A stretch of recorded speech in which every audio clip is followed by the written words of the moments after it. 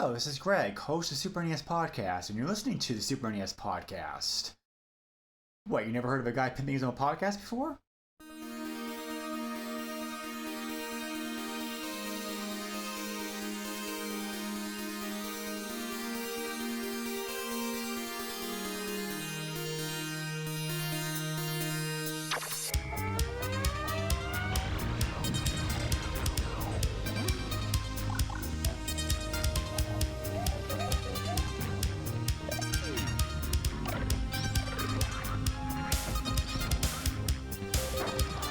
$200, a Super Nintendo setup costs twice as much as the old system.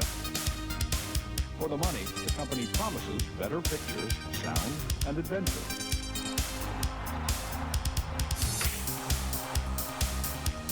Now you're playing with power, superpower. You're the king, I tell you! The king! Only for Super NES.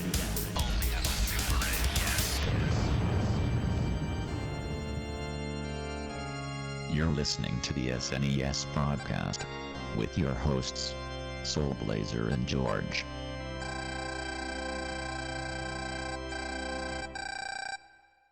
Hello, everybody. Welcome to Super NES Podcast. This is the very special 100th episode. I never imagined when I started this podcast about four years ago that we get to this point, but people have been very generous, and the podcast has been going along very well. And so I want to do something special like this episode. So not only am I joined by my regular co-host George, that's me.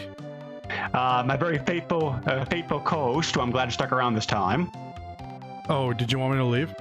I could go. No. I mean, I heard they're having a sale at White Castle or something. I could just. Oh, I so miss White Castle. Seriously? No. Seriously? No, Did not you say, seriously. I mean, I'm spoiling my intro, but you said White Castle sale. Come on. Best I can do up here is like supermarket frozen ones, but yeah, I love White Castle. But anyway, we are doing a very special episode, not just one, but two special episodes, where we're doing like draft episodes, where we are picking some of our favorite games for the system. And I say we because we're joined by a number of special fellow podcasters tonight. You say we because you're French. Yeah, yes. Since Phil already spoke first, I'll allow him to do himself first. Just briefly mention, guys, your name and any podcast, YouTube channels, websites, etc. that you do, and that kind of stuff. Like listeners out there, please. So, Phil, why don't you start us off? Yes, I am Phil, as he said. He was correct. And I am also known as the No Swear Gamer on YouTube. I cover everything old and retro-related games, toys, and more. And I was the host of the Atari 7800 Game by Game podcast. I'm not sure. It might have been the first Game by Game podcast to actually go through the whole official library. I'm now retired from that job. Yes, it is. Thank God. It's awesome. That was a great podcast. Yeah, we missed you. Oh, thank you. And I miss White Castles because where I live, I have Crystal. Do you guys know what Crystal is? No, what is that? Too. What is that? Yeah, we had them here in South Texas. Yeah. It's like a knockoff White Castle. I almost thought it was like, I don't know if you guys know, but Rallies and Checkers are like the same restaurant. I thought it was like one of those. I thought it was one of those things, but no, they're two distinct restaurants, but they both have those slider burgers. So yeah, kind of like it's good. It's just kind of like how Hardee's and Carl Jr. are the same restaurant. Yeah, I thought that's what it was, and they're both good, but nothing beats a good White Castle. Oh yeah, exactly. Yeah. So, but I heard Aaron speak up, so Aaron, why don't you go ahead next? Sure, why not? Hey, this is Aaron from the Genesis Gems podcast, which is another game by game podcast that is still going strong. We will never get to the end of the Sega Genesis library, but hey, we will finish it before these guys finish the SNES podcast. So probably true. We'll all be old and gray by that point. Just so many games. But, by that point, we'll probably just branch out and say, okay, you know what? We're just going to... Well, what's funny is on the show, we have a Patreon, so we also cover Sega CD and Game Gear. We kind of let the Master System go because... good buddy George here does a Master System podcast already. I can't believe you guys stole Game Gear games because we were about to do that. Should we just combine our powers for those episodes? Well, we recently covered what was it? Game Gear Shinobi 1 and 2. Okay, yep. So really good games there. But besides that, I'm also a musician. I compose music for various video game systems, original and covers. So that's Sega Genesis, NES, Game Boy, NES, you name it. So I am a video game composer and chiptune artist. And yes, then, definitely. Yep, you do some awesome work, Aaron. Oh, thank you. And you're I do really that good under at the falling name, on stages. Yes. I'm fantastic at that. But yeah, my artist name is Daya, D-Y-A. And my music's pretty easy to find as long as you're not looking for a Romanian pop star. I am the other Daya. That's why your music made a weird turn that last month. That's right.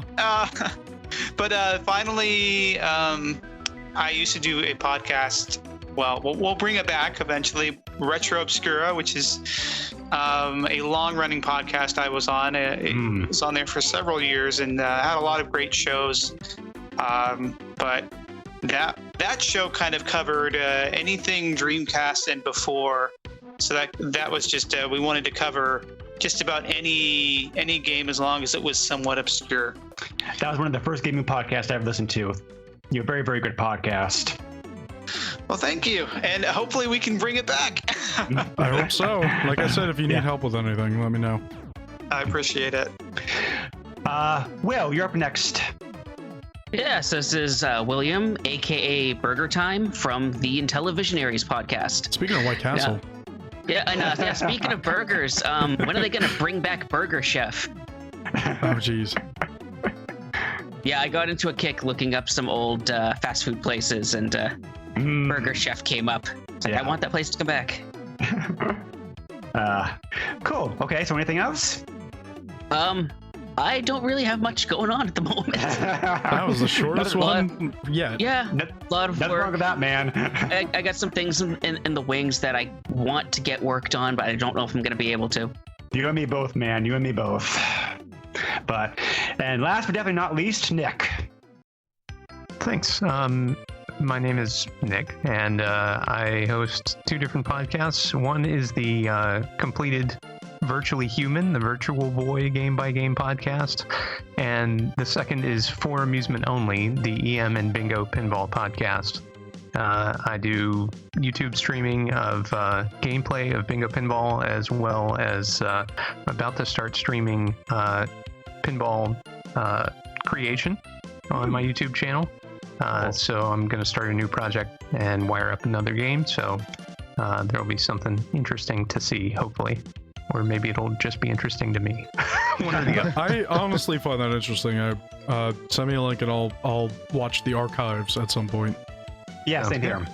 Okay. Yeah, and I love the way you introduce yourself. Like, I'm Nick. I thought we were on Podcasters Anonymous for a second. Like, I'm Nick, and I have a podcasting addiction. Yes, Hi, it's been Nick. days since I last podcasted. Well, we all do, I think, since we're all like fellow podcasters. So, but I mean, there's a reason we subject ourselves to this hell and have our voices out there for anybody to listen to 200 years in the future, right? Whoever's crazy enough to listen. Exactly. Yes. So anyway, many thank you for the four of you for coming, gracing us with your presence for tonight's episode. This is one of two special 100th episode podcast planned. We're doing another one in 2 days. That's my birthday. Oh, it is? I told you multiple times. Oh yeah. You know my memory is, dude. I'm sorry. He doesn't remember anything I say. But so this is round one, and we're also doing round two on Saturday. These guys have a slight advantage. Games picked during this draft will not be available for Saturday's episode. So that makes it harder for me. Makes it harder for both of us because we have to have like double game lists. Yeah, but you told me you had a very sizable list. I do have a sizable list. Going this episode, it's like there was like 36 games. Oh, 36. So, last time I talked to you, it was 30. Wow. I looked at the list. There was a few games I forgot about, so they're on here. But But that does mean the second group tends to go a little bit deeper into some games and find some pretty good stuff that wouldn't normally be mentioned. I can guarantee you, though. Yep, that's true. I can guarantee you, though, I have one game that's not going to be anybody else's list. I guarantee. have that too. We'll see what I pick. But So, as a quick reminder for those of you out there who have either not listened to a draft episode before or for who it's been a long time, basically this works in the same format as like how a team drafts players toward the start of each season. We're going to go around in order. I've used random.org before the podcast to randomly assign order to each one of us, and we're going to keep that order throughout the rounds. So we're each going to pick a game when it's our turn that we really like for the system. It doesn't need to be a game considered to be top favorite by everybody else. It just needs to be a game that we personally like on the system, like we enjoy playing. And then just explain real for a couple minutes as to why you like that game and why you picked it. Like anybody else can comment on it also if they want to. And at the end of the podcast, we will also have a honorable mention for any other games that you really like that didn't come up. These games will be eligible for the second round, so I won't bother putting this on like an Excel list I'm keeping like for the podcast picks. And finally, as a quick icebreaker, I thought maybe I'd ask you guys a quick trivia question. The winner of this will get like a bonus. George, I know I've told you this before in the past, but you may not remember. So this is eligible for you as also. 1982. And really, this is just a random question that I don't expect you guys.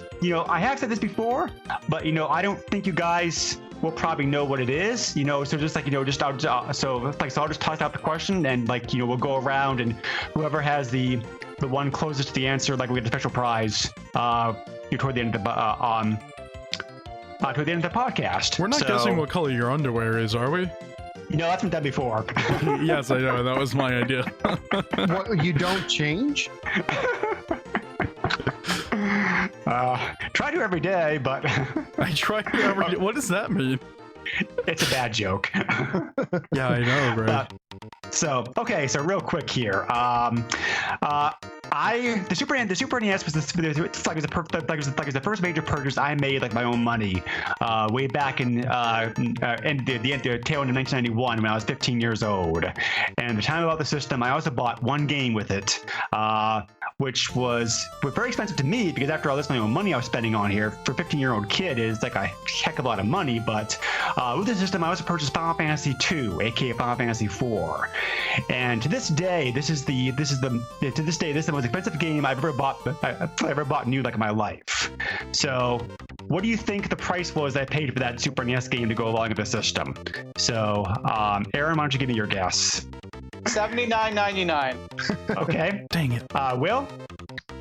I'm gonna go for $90. Okay. Phil? Aaron took mine. I'll say $70. George, do you remember this? I know I've heard this before in the past. I do not remember this, but I'm going to say $100. And the correct answer is Phil. Exactly, $70. Dang. So yeah, that's what I wanted to also mention that I mentioned as a tie-in because I'm if you factor in inflation, games these days are actually cheaper than games back then. Oh, yeah, so, they are. Yeah. That's Actually, what we said. They're actually contemplating on raising the price again. Again, they just did that a short time ago too, but yeah. Well, I mean, it was only $10 more, but also, not to get into it, but just a quick statement. Teams are getting bigger, and it's harder to pay people. So that's true. Yeah. So, It's harder to play games. That's true too. Yeah. Yeah, but I mean, yeah. Just because you're an old man. No, I'm probably the oldest one here. I think, but the only one I'm not sure about is Phil, but that's okay. I'm not sure about me either. That's all right. That's good. Okay, round one. This is the draft order that we're going to be using for this podcast, as determined by random.org. First up is going to be Phil, and then George, then Aaron, then Will, then me, and then finally Nick. Poor Nick. Oh boy. Yeah. Womp womp. Somebody has to get the short stick, I'm afraid. That's all right. But so Phil, kick us off then, please, sir. Your first pick. Absolutely. Well, let me just say I'm excited about this season. I'm a fantasy footballer. I used to be. I haven't been in it much, so I'm going to win this season. My team is called the Blast Processors. We're going to take y'all out. Now, I need to apologize to my dear friend Ferg. There's some similarities we have. We both like the game Adventure on the 2600. The natural progression was Zelda on the NES. And like a lot of other gamers, I was very disappointed when Zelda 2 ditched the overhead view, but was thrilled when Legend of Zelda: A Link to the Past came out back with the overhead. It is one of the best games on the system. It is one of the best games in the Zelda series, one of the best games of all time. I'm taking Legend of Zelda: A Link to the Past. Are you saying Zelda 2 is not a good game? It's a great game, but It's at the my time favorite it one was in the very series. disappointing. It was disappointing when it came out. It's a That's flawed understandable game, but it's pretty cool in its own right. Yeah, I'll agree with that. And I agree with everything that Phil said, definitely. As a matter of fact, Link to the Past is still my favorite Zelda game, period. Yeah, I mean, you can argue that with like Ocarina of Time or the original, but you have to put it in the mix. You really do.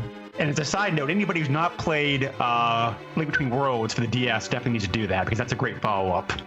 I still need to find a copy that is not a greatest hits. Okay. So yeah, Zelda 3, great opening pick there. Will, have you played that game? Well, you like that game, right? Yeah, I own every Zelda right now except for Link Between Worlds. George actually has never finished a Zelda game. George. Nope. Not even Golden Axe Warrior on the Master System? I know. No, I didn't get around to that That yet. is, Nope. that is a bunch of. What about Axe Battler on Game Gear? I've Yeah, never that was like played a that Zelda game. 2 ripoff. It was. Oh yes, I love Zelda. Okay. All right. George, you're up next. All right, we're gonna go in deep and we're gonna go in hard. I'm picking Mario Paint. Ooh. Wow. I did not see that coming.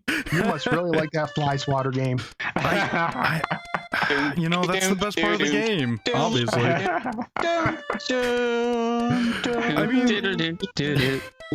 I mean, Mario Paint is. Oh, we're gonna have background music? Okay, cool. Keep going. No, that was the hidden music that's like in a ton of games that that composer. Right. Yeah. Okay.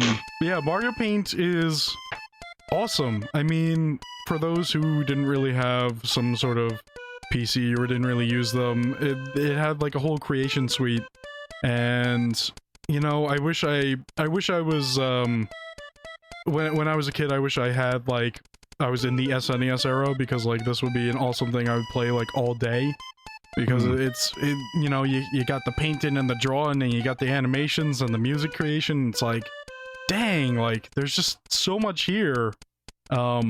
And I think this game might have been one of the things that opened up the whole like idea of liking to create things and whatnot. So also that dog barking is really funny to play around with and the music creator. So, but I always yeah, thought it was a shame that that Nintendo brought Mario Paint out, but they didn't put out. They had another game plan that would use the mouse, and it was like interactive music and gameplay, and it was Sound Fantasy. A prototype recently surfaced that you can actually play now. And it was kind of like, it was supposed to be kind of a successor to Mario Paint, but it never came out. Yeah, it's a shame that we didn't get the N64 Mario, whatever it was, Mario Paint. It wasn't Mario Paint. Mario it was like, Artist. Yeah, Mario Artist. Mario Artist. It's a shame that we didn't get DD. that on the N64 over here, because that would have been amazing. Yes. I mean, you can actually go and emulate it now, but like back then, obviously we didn't have a means to do that. Yeah. Right. Yeah, definitely. Some of the musical creations made with Mario Paint also are just amazing. It's like, how did anybody actually do this? So. Oh yeah, like you go on like YouTube or whatever, and you see the animations, and yeah, it's amazing. It's completely crazy, but yeah, surprise pick, but very good argument there, George. Yeah. So kudos. Aaron, sir, you're up next. Okay, I'm gonna go a little retro and a little obscure here. Oh boy. You're gonna go first retro pick- on an SNES podcast? I know, it's crazy. Oh. So, my first pick is Umihara Kawase, which is a long-running franchise in Japan, and it's actually recently been translated and brought over to the States on things like Steam and I think a few consoles. But basically, in Umihara Kawase, you play as, I think, a little girl with a grappling hook. That's literally the game, and you can you have a really cool grappling system in which you have to navigate these these levels, and it's kind of like a puzzle action platformer, and there's all sorts of secret exits to levels and bizarre fish enemies that you kind of grapple, and I don't know if you're eating them or what, but you grapple them and run into them and they kind of disappear off the screen. But the grappling mechanic is really solid on the SNES, and it might remind you a little bit of Bionic Commando, but I would say a bit more fluid. I was gonna bring that up, and then it just made me think of a little girl that's a cyborg, and she's just destroying Hitler and his army. Seriously, she's like a little Japanese girl with like a bowl haircut and a backpack. And the game does not try to make much sense, but that's okay. It's cute, it's charming. There's a ton of levels, and if you get tired of that, well, you can move on and play. There's a PlayStation version of the game, and I think there's been PSP games. There's also the releases on Steam. So that was kind of the first one. I actually did play this back in 1997 or so because we had a Super Wildcard DX, which was a SNES copier device that took floppy disk. So I had this game on floppy disk. Don't copy that floppy. I obviously did. Yeah, I see that. Yeah. So that's my first pick. That's why you're speaking to us in a jail cell right now. Something to bring up on that. I believe it's a fishing pole she has. Yeah, it's a fishing pole. Yeah. She is also a playable character in the game Blade Strangers that's coming out soon.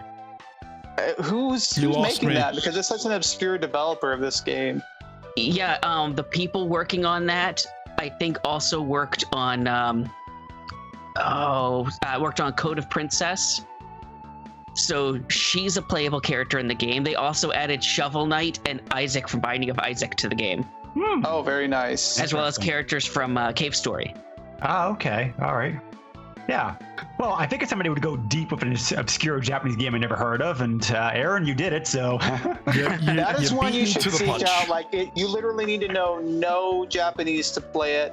You could play it right now without any problem. It's very simple to pick up and play, and I recommend anyone try it if you want something different. It's super simple to pick up, and you'll get hooked. Oh no! Pun intended. Yeah, just look up some footage of it. If you can't pronounce it, I think George, maybe you've heard of it, George? I'm not sure. No. How could you have not heard of Umizumi Kurosawa? I mean, everyone is here. Oh my goodness! Come on, get with it, people. Get with it. I knew you were going to your SNES Classic. I knew you were going to pull something out, but like I don't know that at all. I was like, holy crap. Okay, I'm gonna type it into our chat just so you guys can look it up, because thank you, because I have no idea how to spell it. And watch Japanese characters come up. Oh no, like I said, you can actually actually grab this on Steam. There's been sequels and stuff on Steam now, but yeah, tried it out on Super Famicom. You said there was like a remake or something on like PlayStation, or like a sequel? Yeah, there's a sequel. Is any of that like PS1. translated, or can you just play it without a translation? So the first game's translated. I think the second one has no Japanese in it, so I don't really think it matters. But what's crazy is I think the Japanese, the PlayStation game has the distinction of being like one of the smallest PlayStation games ever. We might have to make an episode on that, Greg. Yeah, we'll definitely add this game like to our Super NES list. Yeah, it clocks in at a whopping, I think, 40 megabytes. Holy crap! For a PlayStation game, that is... There are Super NES games bigger than that. Yes. Yeah. So that's my first pick, guys, and I'll let you look that up on YouTube just to see how fun and crazy the gameplay is. Yeah, I figured that Aaron would bring a couple of I have actually a couple obscure games, so he did. So you know what? I have seen someone play this on like like the Games Done Quick stuff that they do, like the speed runs. Yeah, Sure, with stuff definitely like seen this game with series. stuff like that, like the obscure stuff has kind of surfaced more. So it's really hard, like right now, to gauge what's obscure because it's like a bunch of speedrunners like already know like this, and this game, but you know, like common players won't. And it's like, hey, have you heard of this game? And it's like, yep, I already like speedrun like 50 times. And it's like, dang it. Well, that's true. And when you look up the game on YouTube, like the second leak you'll find is Awesome Games Done Quick 2015. So there's someone who's beaten the game in 4 minutes, but that's mostly because you can warp around the game if you find a lot of the secret exits. That's a quick speed run. Yeah, it is. But cool. Well, thank you very much, Aaron, for educating us on that. The person I expected to bring an obscure Japanese game to this list was Will. So let's see if Will disappoints. Yeah, so I kind of did my list in terms of trying to not overlap genres. Mm-hmm. So this is my puzzle game. Little obscure for even back then, but we still got one game in the series in the US, but just not on the Super Nintendo. It's a series as a whole, so I'm not picking one specific game in that series, and that is Mario Picross. Oh, okay. I don't know how familiar you guys are with the Picross series. I'm familiar with Picross. It came out on Game Boy over here, but I don't think we ever saw the SNES ones until they released the Super Famicom, at least one of them, on Wii Virtual Console. Yeah, it's like, other than the Game Boy one, this series was pretty much obscure, and I think the only other time I saw it come out in the US was on the DS. Yeah. Oh yeah. Yeah, that's my exposure to it. Why don't you describe quickly for us, Will, like how the gameplay is? Yeah, so it's a grid. It can be a 5x5. It can be a 10x10. And over on the left side across, it gives you the numbers for how many spaces across are going to be filled in. So if you have a 5x5 grid and the upper left-hand corner has a 5, all 5 of those are going to be filled in.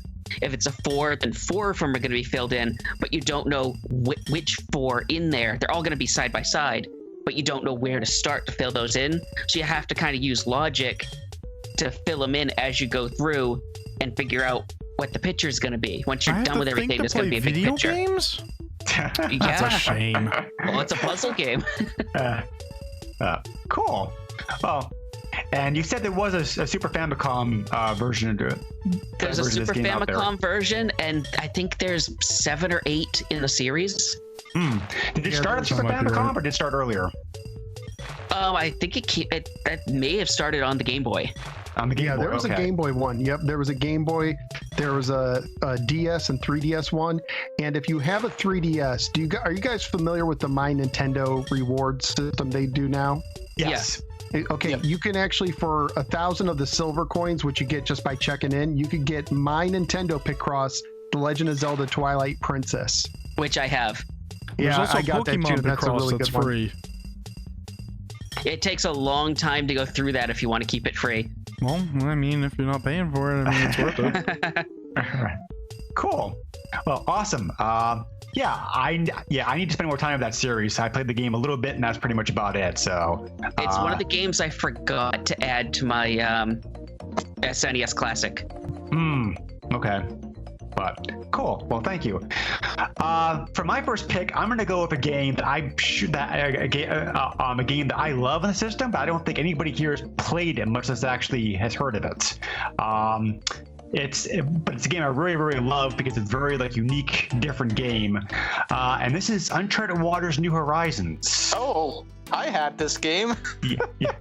Yeah. Oh, somebody's heard of it at least. Great. I had the poster too. Yeah. Oh wow. Yeah, this is a sequel to Uncharted Waters. The Uncharted Waters series has been very popular in Japan. We've only got a couple of the games over here in the West. This game being one of them, and it's a little bit of everything. You get to do exploring as you explore around the world like on a ship. You get to do trading, like you trade to various ports. There's ship battles, tactical ship battles where you fight enemy fleets, and then you also engage the enemy commander in a 1-on-1 paper rock scissors style card battle. There's card games you can do in the tavern, poker and blackjack, like to earn money.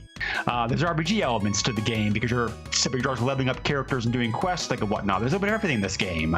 And you can play as 6 different characters in these games. So even though the main plot's the same in the game, each character has different quests and each character sees things a little bit different. So the game really offers a huge amount of replay value and very good graphics and music. It's a very charming, very unique game. It really is a blast because like I said, it's impossible to pigeonhole because of all the genres it covers.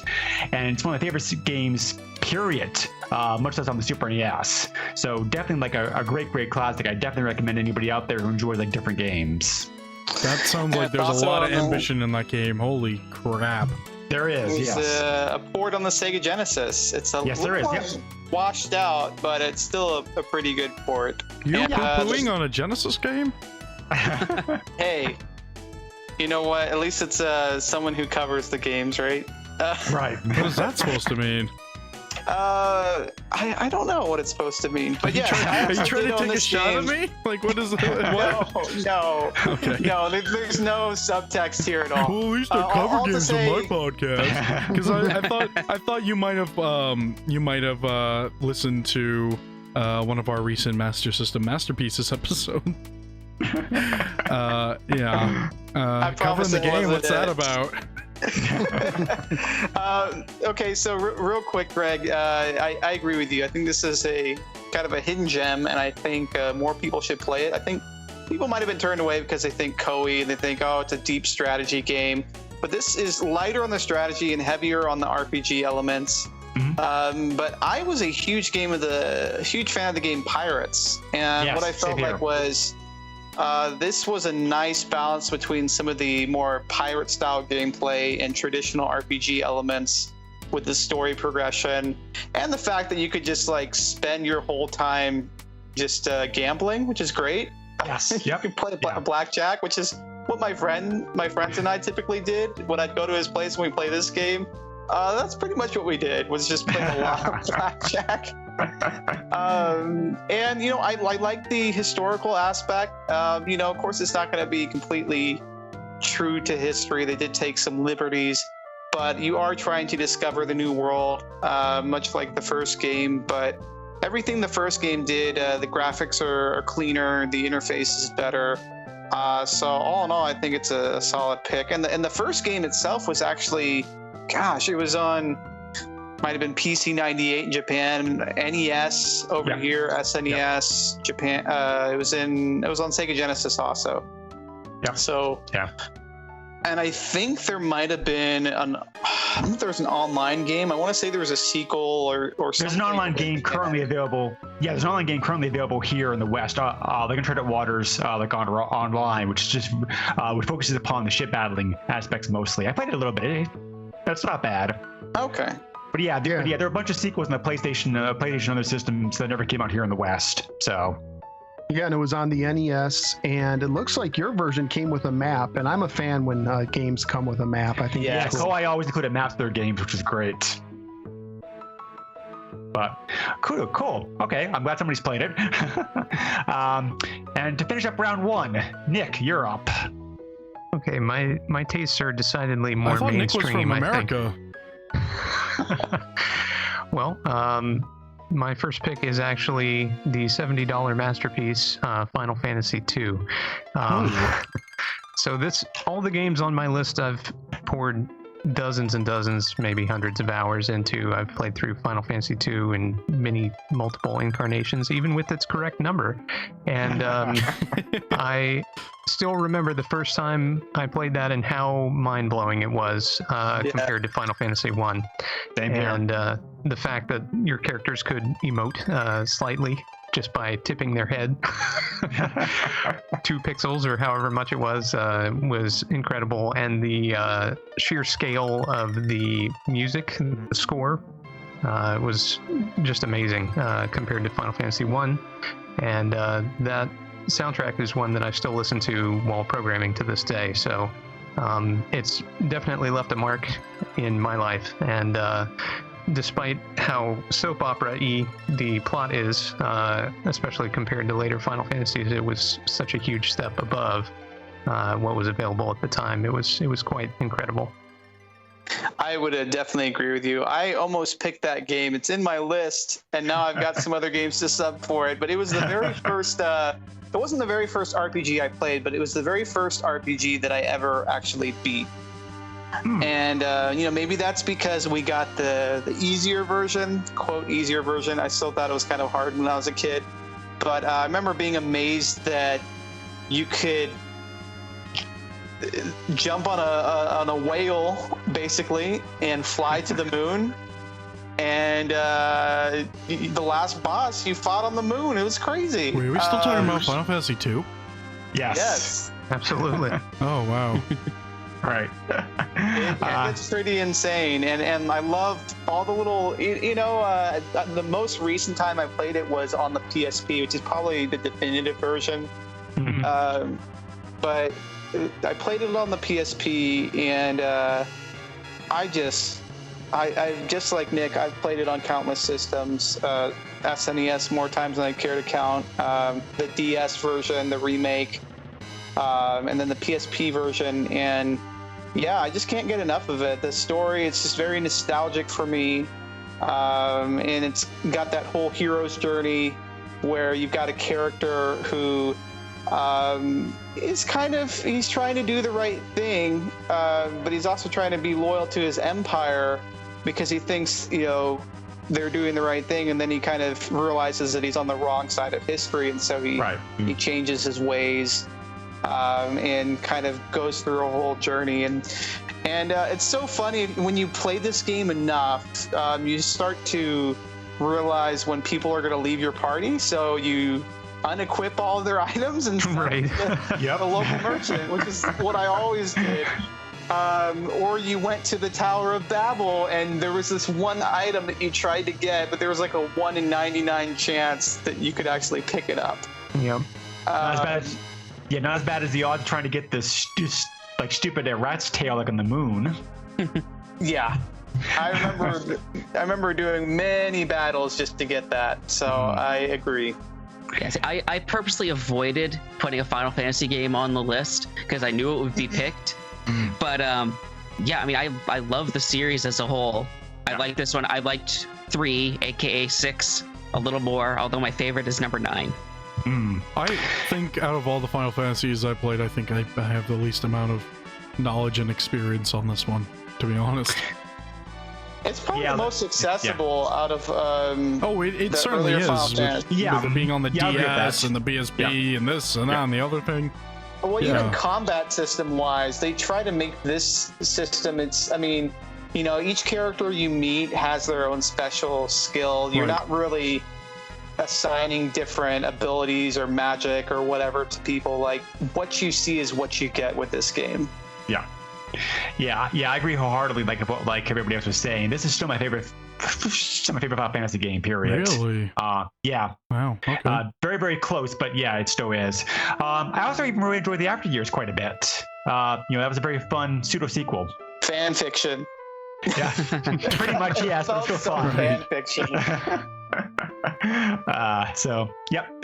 Great. Okay, appreciate it. That's round 1.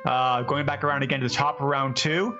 Phil, what do you have for us? Man, I feel like I'm killing it this draft because I still have my number 2 pick on the board. Nick, like you, mine list is a little more mainstream, maybe 75% mainstream.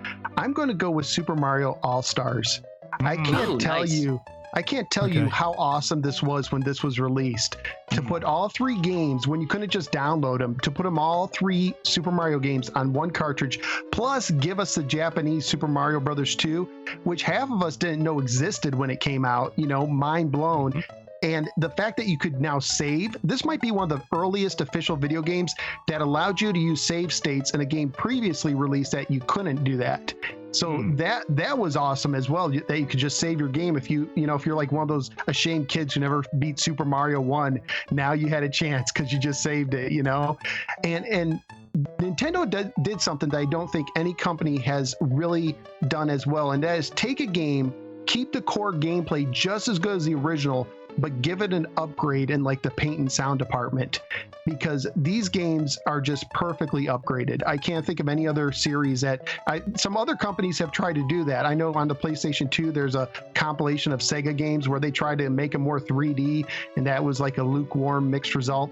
This one hit it out of the park, and if you were one of those kids who got it packed in with your Super Nintendo, you were very lucky. So that's my pick, Super Mario All-Stars. All-Stars My was pick gonna on be, my list as well, so Yeah, same you here. got me there, but Don't worry, I'm gonna pick All Stars plus Super Mario World. oh, well, excuse That was a killer me. card to get. Yes, like you're lucky enough to get one of those. Like 5 Mario games on that. Oh boy. Yeah, Oh, but man. like this was like one of the first cases of like a video game company like remaking or remastering or whatever, like a game from the generation before or whatever, which is really weird to think about because now a lot of video games today is like, oh, we're just gonna take this old game and redo it or whatever, and Right, I don't yeah, know, give yeah. us money.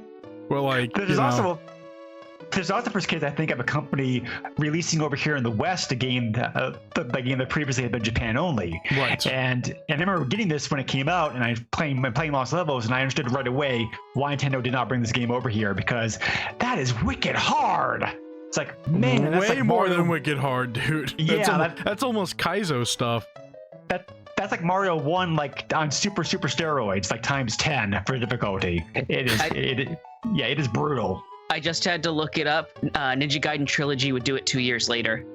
Yeah, Oh, Put a okay. combination And together. that one, I think the thing they failed there was the music was not very good. true. And I Yep. think the graphical upgrades were not quite as good as what you saw in Super Mario All Star. I don't think I it was agree much with of an that, too. upgrade, to be honest. No, it wasn't, but yeah. All Stars No. was definitely an improvement on all those Yes. games. Yes. Yep. Yeah, you yep, had to exactly. use a password system in Ninja Gaiden Trilogy. Yep, that's true. Yep. But yeah, and Mario 3 is a very long game to play in one sitting, so having those save states available was a godsend. Well, unless you can figure out how to beat it in about 11 minutes. I mean, Well, yeah, Warp the warp whistle. whistles, but yeah. you get all the warp whistles and then But yeah, excellent pick, Phil. Because like I said, like we were saying, some of us had it on our list too. So, kudos for that. George, Bud, you're up next. oh boy, I'm gonna pick UN Squadron. I knew you would. Nice. I saw that one coming a mile away. Yeah. The first game Squadron. that I came on to cover on this podcast as a guest. Look at that. But yeah, UN Squadron is a awesome shooter. It's got the best music ever, at least for like an SNES soundtrack. I would argue. It is amazing in every way. It is tough, but it has a really cool system where you can kind of level up your plane and whatnot, and you could buy new weapons, and that was always really cool because you can kind of, in a way, bang your head against the wall to make yourself powerful enough to fight that next boss and whatnot. So it's a really fun game. It's great. I do want to play the arcade version. I have not done that yet, but this is still great. Yeah, it's a very good port of. Yeah, very good port like the arcade game. Capcom did a great job bringing it over, but Capcom and Konami both did great jobs bringing over their arcade games to the system, and this is Yes. definitely like one of them for sure. So, But there's one arcade game they did not bring over, and I wish they had. which That's one? Cadillacs and Dinosaurs. Oh I yeah, don't even know what that is. that's an obscure game. Didn't the It's Cadillacs? a game. Arcade You game. play it. Yeah, It's a beat 'em up, and it's really fun. there was an NES port for that, right? No, I think it No, there was a just Sega the arcade. CD game, but it was there? nothing like that. Yeah, it was a full motion video game, I believe. Oh, jeez. Yeah, which Okay, all Stay right. away Musk from it. worked on. It's the devil. Worked on by Elon Musk. Yeah, but funny story about UN Squadron is my friend got it when he got the Super Nintendo. He got all the launch games because he was that guy, Right. you know. So he got it, and then a few months later, I went to Pizza Hut, and guess what they had there? They had the arcade game, and I was Ooh. like, I didn't know there was an arcade game, and I think I put a quarter in or two. But yeah, I was really shocked. I was like, and that was one of the first times where I didn't realize a game was ported from the arcade. You know, because you saw it on the system first. Right. Because I don't think it was a popular arcade game. So a lot of kids, UN Squadron on the Super Nintendo was their first introduction to that. Yeah, New and Squadron got a lot of ports, but I think the Super NES version is the best, bar none. It's almost like arcade perfect. It's also very difficult. I could not beat the game. I could not finish that last stage until years later, using emulation, save states to cheat. I mean, it's very difficult. Yeah, that last stage is brutal. Oh, jeez, yeah. If anyone can beat that, legitimately, you got a problem. Yeah, great pick for sure, definitely. So, Aaron, do you have another obscure one for us, or is this one more common? No, I'm gonna go a little less obscure, and go with Super Metroid. Ooh, Nice. Yes. Because if I'm gonna go one non-obscure game, I might as well go with that one. It's everything that you could have wanted in a Metroid game up to that point. I loved the original Metroid as a kid. I thought, they really took that formula of exploration and finding items and amped it up to 10. They gave you a mini map. There were so many really awesome set pieces and items to use, and there was a grappling hook. Yes, there was. All my games have grappling hooks in them. Yeah, I see that. That's just how it goes. But besides that, you had a fake out in the beginning with the first major boss, and I loved this escaping the space station, and then I loved all the mechanics of the game. I liked that they pretty much used every button on the controller. You can use L and R to aim diagonally. There were secret things like a secret healing power, the ability to do a super running move, wall jumping. Really, another game that the speedrunning community they absolutely love it. Yeah. And to the point now, there's crazy things out there. This game has just survived and stood the test of time. Someone has actually hacked together Super Metroid and Zelda 3 into one game. What? There's a randomizer hack where you play it and you get an item.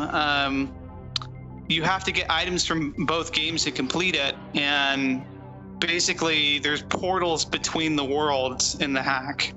So you'll be playing Zelda 3, then you'll hit a portal, and then you'll jump into Super Metroid. That's an aside. Anyways, Super Metroid. It's a video if you game. haven't played it, it's a video game. Yeah. No, it's an exploration, action adventure game. There's other games like it. Another one of my favorite all-time games is Symphony of the Night, which plays pretty similar to that game. Mm. So I can wholeheartedly recommend Super Metroid to anyone who likes video games. It's not too heavy on story. Basically, the story is in the beginning, and then the story kind of unfolds as you play, but more in the silent movie way, where it kind of shows more than tells. That's how I would say. Yeah. I follow a decent amount of speedrunning events and whatnot, and it's gotten to the point where it's like, I'm tired of seeing this game. How can you be tired of Super Metroid? I mean, I haven't even played it, and I'm tired of it. How can? Oh my goodness! And It's not my you're type on the of game. SNES. You're off. George is like the old curmudgeon who's not that old. Oh my goodness! Get off my podcast. So It's not your podcast. let's oh, it is now. So anyways, Oh. listen. So when I remember going into Target and they had this on the display. You remember the Super Nintendos where they had like the plastic dome over it and you could play games. Yeah. And they had Super Metroid in there, and the atmosphere, just the opening scene where it's storming in the background and raining, and you compare that to the original opening of just the bleak world of Metroid on the NES, it really was super. They really did a great job with that. That game just has such great atmosphere. I think, Aaron, you said it very well when you said it was like a silent movie. They don't use a lot of words to tell the story, but it does tell a story. Yep, exactly. Yeah, the great music and the continuity also between this and the first two Metroid games. It's like a direct continuation of the end of Metroid 2. Exactly. And they even show, what's great is they show the end of Metroid 2 in black and white but with kind of the Super Metroid engine to tie things together. So, yeah, the music is probably, I don't know if I'd say my favorite soundtrack on the Super Nintendo, but it's pretty close. Very atmospheric. Very. Exactly. Was this one of the first games on the Super Nintendo to have digitized voice? I wouldn't say one of the first, because there were a lot of games that had it, but it was one of the ones that definitely took advantage of it by giving you like a full sentence. Yeah, this is the first one I remember for the Super Nintendo having it. I can't remember what other ones before it. Star Fox is the first one I remember, but I don't remember. But I'm not sure which game came out first. Star Fox was after. Okay, I believe. Okay. Final Fight was a launch title, and there's a scene where the guy comes out and he goes, "Oh my car," and my friends would crack up when he do that. When you beat up his car and I associate that more with for some reason I associate that more with Street Fighter. Okay. I don't know why. Probably because of the car bonus round in that. Yeah. Yeah, I definitely agree with everything that Phil and everybody else is saying. Super Metroid's probably my second favorite Metroid game. I think Metroid Zero only edges it out just barely because it's a great remake of the original game. But yeah, and just like I always remember that ending sequence, that whole 15 minutes, the final part of the game where you're doing the fight with Mother Brain and what happens afterwards. It's so dramatic. It's so powerful. It's probably my favorite ending sequence in the game. Some of the best use of Mode 7 there. Yeah. Where you've got a crumbling structure you've got to escape. Yeah. Yes. Just the things that happen to that, like I don't want to spoil anything, but the things that happen to that and just the battle itself is so awesome. It's like it's just so powerful. But yeah, this is a game that definitely holds up very, very well. Awesome pick. So Will, what do you have to top that? Hi. So I'm going with a Capcom title. Okay. That is not as well known as maybe something like the Mega Man series or even Street Fighter, but it is a kind of a fighting game. That's going to be Saturday Night Slam Masters. Yes. Ooh. Yeah, it's like, I'm not a wrestling guy, but this is a really fun game. Kind of incorporates the fighting mechanics and a little bit of the way Final Fight had the little bit of movement, the way beat 'em ups have.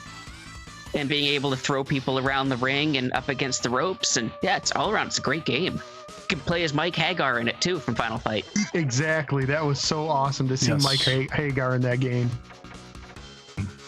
I've never played this one. I'll have to check it out. I actually own this game. It's a great game. I actually own this game.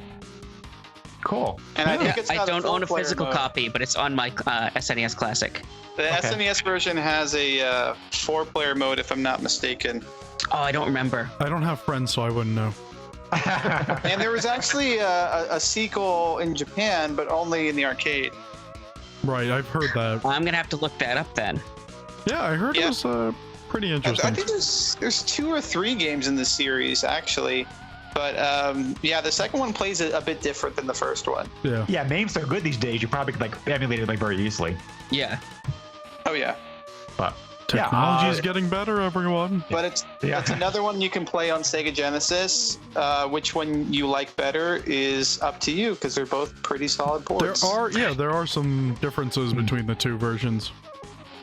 Yeah, many games are ported very, very well to both systems, I think. We're just like, what system you prefer to play it on, just a matter of personal choice. Because, usually the Super NES Super NES version was a little bit better in graphics and music. Genesis version was usually a bit better like in speed, smoothness. But yeah, whichever version you liked was really a matter of choice. Yeah, but some of these games in this era are like you'll see it with like mainline wrestling games of this era, where like this game has these wrestlers, and this game on the other console has other wrestlers, and right. So it's kind of more of like that than anything else. I think it was pretty bold of Will to use up one of his slots on a wrestling game, so that's to Will. Considering a lot of wrestling games aren't that great in this era. Well, one of the best. I didn't even really consider it a wrestling game in general, just more of a fighting game. It really is. It's a fighting game with some wrestling elements to it. And it's kind of made me wonder if I should have picked a wrestling game, but I'm not, so I'm just going to throw it out there and say Super Fire Pro Wrestling Premium X. Oh, dude. Now you're getting really if you ever deep. play like one wrestling game, Super Nintendo, Super Famicom, that one is translated and it has like. Is that the one where you commit suicide at the end? That one, well, the storyline, yes. That's part of the story. Yeah, they gave like a story to some of these games, and it's like, holy crap, like this is great, and holy crap, this is dark. I actually do want to play through that game. I should probably set that up for myself. I don't know what I'm saying anymore. Sorry. That's okay. I do not know. I'm not a big wrestling fan, but this game does sound a lot of fun, so I'll check it out. Yeah, it definitely it plays differently from other wrestling games. So. Yeah, think of it as Street Fighter 2, except you can move up and down, kind of like Fatal Fury. You can move around the ring. Also, like, customization is, like, pretty sweet. Yeah. Huh, okay, cool. All right, my turn again. I'm gonna go more like more mainstream this time, but still kind of a either you love it or hate it kind of game, I think. A lot of franchises got their start on Super NES, which is still going strong today. But the one that makes the biggest impression to me, a game I really didn't think I was gonna like when I first played it, but then I fell in love with it like almost immediately, and I'm still a big fan of the franchise. Still a big fan of the franchise today. It relates so well. Harvest Moon. Oh, okay, yeah. That's a late release game too. That was like 97 or 98. 96 actually, but yeah, I was still playing my system back then, so I mean, like, the concept sounds silly on the surface, but when you start playing the game, it's a really engaging game, which really is like very charming graphics and music, like very like cute characters, and the actual there's a satisfaction to having like your farm and see it grow and prosper, keep it orderly and clean and whatnot, trying to maximize your profits and like get to the seasons and everything, and also multiple endings in that game because there's numerous ways to play the game. It's 2.5 years that it runs. A really engaging game. I still think one of the best games in the franchise. I think the first PlayStation Harvest Moon and the N64 ones top it, but still not by much. This is still a very deep game, and it's Natsume's not a big company, so it's like this game kind of slipped under the radar for many people, I think. But yeah, when I first played it, I was surprised. I fell in love with it like right away, and I'm still playing. I'm still a big fan of the franchise today. But this is like this is a good game the franchise to start off with, I think, because it's still it's easy enough to pick up and play without having the complexity of some of the later games the series do. Yeah, now we have things like the series has a huge Valley. fan base. Stardew Valley, yep, exactly. Yep, spiritual sequel. So, yes. which I've not yet played. It's I in my own it damn on the hard Switch drive. and the PC, so. Greg, go buy Stardew Valley later. I haven't. I just haven't played it yet. I thought you said you didn't buy it. No, it's on my hard drive right now. Well, essentially you didn't buy it because you didn't play it yet, all right? Just give me the money and then go play it, okay? I'm afraid to start playing it because I'm kind of afraid I'm not gonna not going to put it down again. Well, yeah, I mean, can you imagine parents, because these games, a lot of it's doing chores, right? Yes, exactly. You have this kid who just spent $70 on a game where in the game they're doing chores, but they'll probably refuse to do their chores in real life. Right, right. And what I hear you saying right now, Greg, is I don't want to start the new one because I won't do my own adult chores if I start playing this game. And if it wasn't for this game, my guess is we would have never got Animal Crossing. That's true too, probably. Yeah, I had thought about that. Good point. So, yeah, the game holds up very well today still, I think. It's a very, definitely uses Super NES hardware like very, very well, I think. It's surprisingly deep and deep. I got a friend playing this game actually back then who lived on a farm in Canada and did many of these things in real life on a daily basis, and she still fell in love with it. Despite the fact she was weird. Yeah. It's like, I have to milk cows and take care of sheep and everything else on a daily basis. This is still fun, but yeah, the cows in this game are very cute. I wish I had a plushie. Would you say that you would play this game till the cows come home?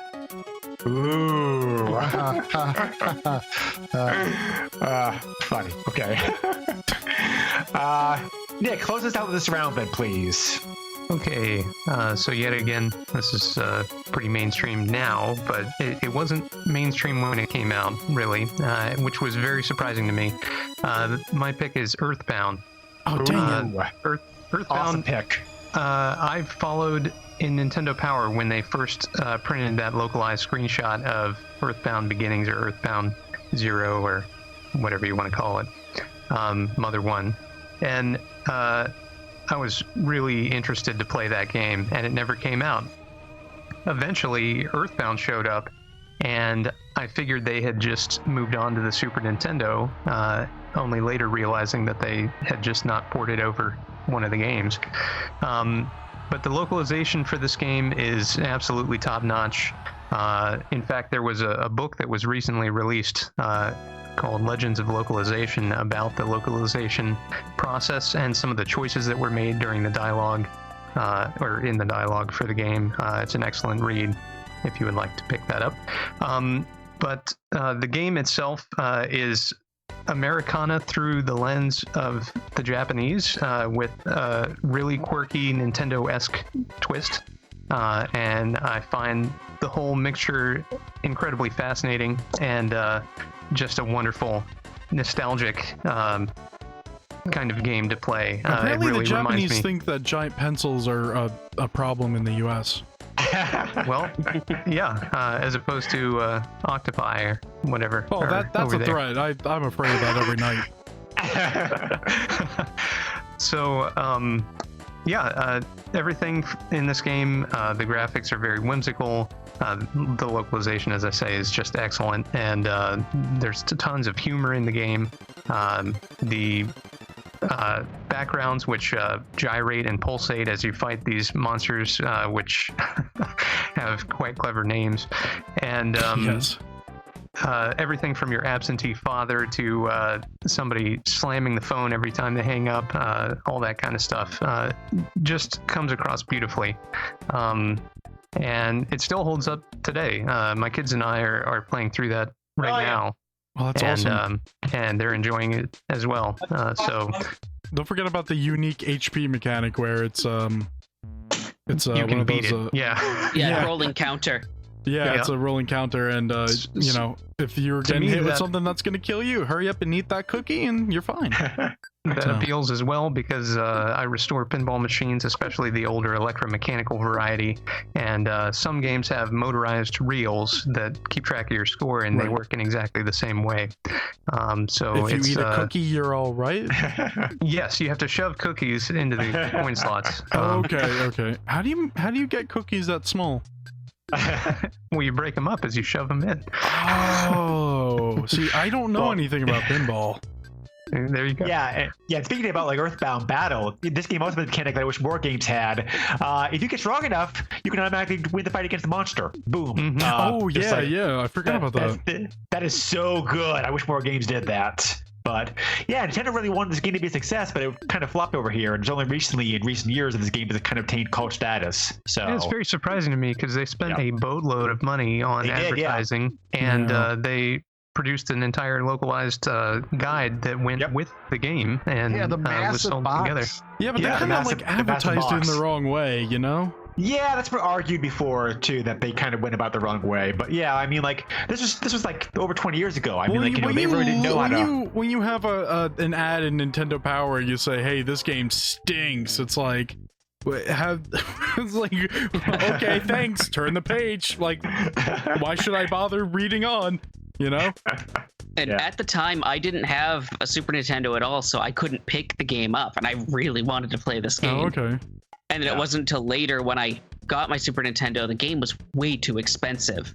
Yes. Mm-hmm. Yeah. Thank God it got re-released to like as part of the the Super NES Classic and also the it's also on the Virtual Console with Virtual Console store. Yes. Yeah, with the they finally released Earthbound Beginnings a couple of years ago. So yeah, they've never given us Mother 3, but I actually sitting right here on my computer desk, I have a bootleg copy of it. Yeah, that's been translated, right? Oh, that's been translated. I have a translated Game Boy Advance copy of Mother 3. The guy who did a lot of the translation for Mother 3 wrote that Legends of Localization book that I was referencing earlier. Really? Yeah. Oh, okay. I didn't know that. Yeah, and I might also go think pick about that up. endings. Yep, great. Yeah, and and also the game. Speaking about like endings, like the Super Metroid, I love the twist this game has. Like the final battle, like very cool. Yeah, It's such a unique and cool game. I will say that some of the mechanics are a little dated now, but the game makes up for it in charm. Yeah. Like the fact that you have to. There's so many items to pick up, and if you get into a hard area, and sometimes it's hard to go back in and buy the items you need. You got to make sure you stock up. Also, every time you buy items in this game, you have to buy them one at a time. Yeah, that's a shame. Whereas if you're playing like Final Fantasy 3, you could buy 99 of something like in one go. Yeah. But I think it was because the Earthbound series, especially the first two games, are modeled after the simplicity of the Dragon Quest games. Like I'm pretty sure that's what it was mainly based off of. Right. Cool. Awesome. Great pick, Nick. Aaron, sounds like you could use a break, and we're due for a break right now anyway. So why don't we come back to this in like 2 minutes? Yes. I'll be sitting right here. It's break time.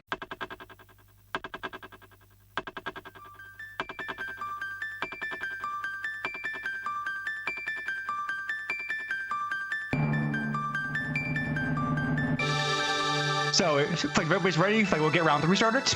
Okay. Okay. All right, and Phil, go ahead. This is great because you guys, I mean, you're giving me this draft. This is awesome. My team's going to cream y'all. So I get all my top 3 picks. I'm thrilled. Quick story. When I didn't have an SNES growing up. My friend did. That's where I played it a lot. I got my first NES. It was about the year 2002, 2003. Just got married. Went to a garage sale. There in a box for $5 was a Super Nintendo with 2 games. One game was Super Mario World. The other is my number 3 pick, Sim City. Oh. I am a big fan of the Super Nintendo version of Sim City. I enjoyed it on the computers, but they did a great job streamlining it, putting some Mario elements in it, like the Mario statue, Bowser, being the Godzilla type creature, and even Dr. Wright, called Will Wright. And it's just one of these games. It's a desert island game to me. I could play this game over and over, just create different scenarios. And it's also a game I think teaches people a lot about balancing, civilized life. You need to have industry and commercial and residential, and you need taxes, but if you raise them too much, it's going to hurt you and all this stuff. And it's a great way to kind of teach kind of basic economics and how to run a city, if you will, a Sim City. Haha. Oh. And even though it wasn't made for the mouse, it works really good with the SNES controller. Yeah. And I could get lost in this game. I would just play it for hours. I would go through a whole scenario in one night, or you could save it, pick up later. So I know it's like a game that some people overlook when you talk about the Super Nintendo, but to me, I think it's worthy of my number 3 pick, SimCity. Yeah, I love this game. I definitely feel I'm right there with you. If I remember that story, like I got a system like what a lucky find that was Fuse. I kind of figured you'd take this game. I already played the PC version before I picked this up, but the Super NES version I just think blows it away. They added so many enhancements to this game, like 2,000 maps to be that you would pick from. That's a lot. But it's incredible. And the music, how the music starts off the music starts off like very slow and easy when you're there, like starting out the game, and it gets faster and faster like as the game. Your city grows. It's like like small touches like that. It's just an awesome game. Wonderful job Henry porting it over the system. And it's not a kind of game that you would kind of expect on a console because it's more of a PC title. But I think Nintendo did such a great job making it accessible to everybody that it kind of brought in a whole new fan base into the game who otherwise wouldn't have been exposed to it. It's interesting to me that it was originally planned for the NES. Yeah, have you seen that proto? It's amazing. Yeah, so the prototype will actually get released at some point, and yeah, it's going to come out. It's eventually going to get dumped so people can play it and see how it would have been on the NES with an original NES soundtrack. But regardless, I think it was a great feat, and it was my first exposure to sim anything. So I know after this there was Sim Earth and Sim Ant and Sim I like everything Sim else. Ant. Tower. Yeah. But yeah, SimCity on SNES is also one of my favorites and my first exposure to this sort of simulation gameplay. And I like what Phil was saying about, you kind of learn basic economics and, kind of how to ruin people's lives by unleashing evil on them.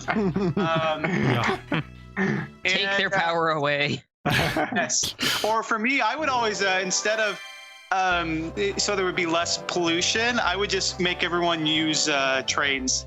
Yeah. Just railroads everywhere. Sorry. Yep. In my city, there are no roads. Sorry, Marty. That sounds terrible. Like, it's also fun, especially sometimes, just to come into like a huge city and just unleash a whole bunch of disasters on it and just like wreck the city to pieces. Yeah, but that was some of the scenarios I believe you could get too. Is like, hey, you have to rescue the city, and that was so great. You could build from the ground up, or you could play scenarios. And it was very. I like games that are relaxing. The end of the day, to me, SimCity was relaxing. Yeah, you had some tension when all of a sudden, I don't know about you guys, but sometimes all my power lines, there'd be one power line connecting everything that if it went, I had to figure out where that was, and fix it. Yeah. So sometimes it was really tense when a tragedy did hit, but still just such a great game, and just a way to kick back and relax and enjoy, really. Yeah, definitely. And so a lot of fun to, it's a lot of, and I played it recently, like, holds it very well today, so it showed like a great game. But awesome pick, Phil, thanks. George, my fellow co-host, how about you? All right, I got a pick. It's called Robotrek. Has anybody heard of it? Yes. Oh, yeah. I believe so. Enix. Okay. Yes, Robotrek is an interesting RPG. It's kind of like Pokemon in a way, where you're this guy and he makes robots and he levels up, not the robots. And with each level up, you get more power points that you can use, that you can put into the stats of your robot. You can change it essentially anytime, as long as you're at your R&D location. But it's really interesting. You have a bunch of different weapons, and you can have those weapons level up, and there's just so many configurations, different ways to play the game. It's cool. This is also known as slapstick in Japan. The localization was kind of iffy when it came over here, but the core gameplay is obviously the same, so that's really what matters. It's fun. I honestly suggest everyone play it if you haven't. This is one of the few RPGs that got localized over here that I still really haven't played much of, but I know part of the problem was I don't know what Enix was thinking by not bringing their Dragon Quest games over here. I don't know. But that's ridiculous that they didn't get released. Yeah. But my pick is actually kind of related to this game, in that it's another obscure Enix localization effort. So I definitely want to try this one out. I think they could have done a better job on the localization and They also the box art. I mean, I understand the original game was super cutesy. With the game, really. And it made it look a lot more serious than the game actually was. This is more of a lighthearted game than the cover art shows. Wasn't it released right around the same time as Final Fantasy II? Oh, geez, I don't know. That's a good question. I thought Robotrek was later. It might have. I don't know about release dates. I'm looking at the cover art. You know what that looks like to me? Do you guys know Unicron from the Transformers movie? Yes. Orson Welles, right? Yeah, his last role, Unicron. His last role, yep. It looks like Unicron's like ugly brother. I mean. Okay, yeah. So I looked it up. It was 1994. So yeah, I guess it was about 2 years after Final Fantasy II. Yeah, and it was Enix that published it. Yeah. And then it was Quintet. It was one of their earlier efforts. Yeah. I've not played this one before, actually, George. So I'm curious to check it out. Yeah, check it out. But great. Aaron, you said that your pick is related to this one somewhat? It is kind of related to this one, and then it's an obscure Enix published RPG, but it was developed by Asmik, and it's Paladin's Quest. Hey, okay. And I went for Paladin's Quest because I think it's one of the unsung great series on the SNES. The sequel was only released in Japan, but what I like about this game is the unique setting. It's a high fantasy role-playing game, so it's a completely unique world where everything's controlled by magic, but there's kind of a mix of magic and technology. So you have magic users, and then you'll see things like robots later on. Right. But it's got some truly bizarre art design that some people might compare to the colorfulness of Earthbound, but it's got its unique thing going on.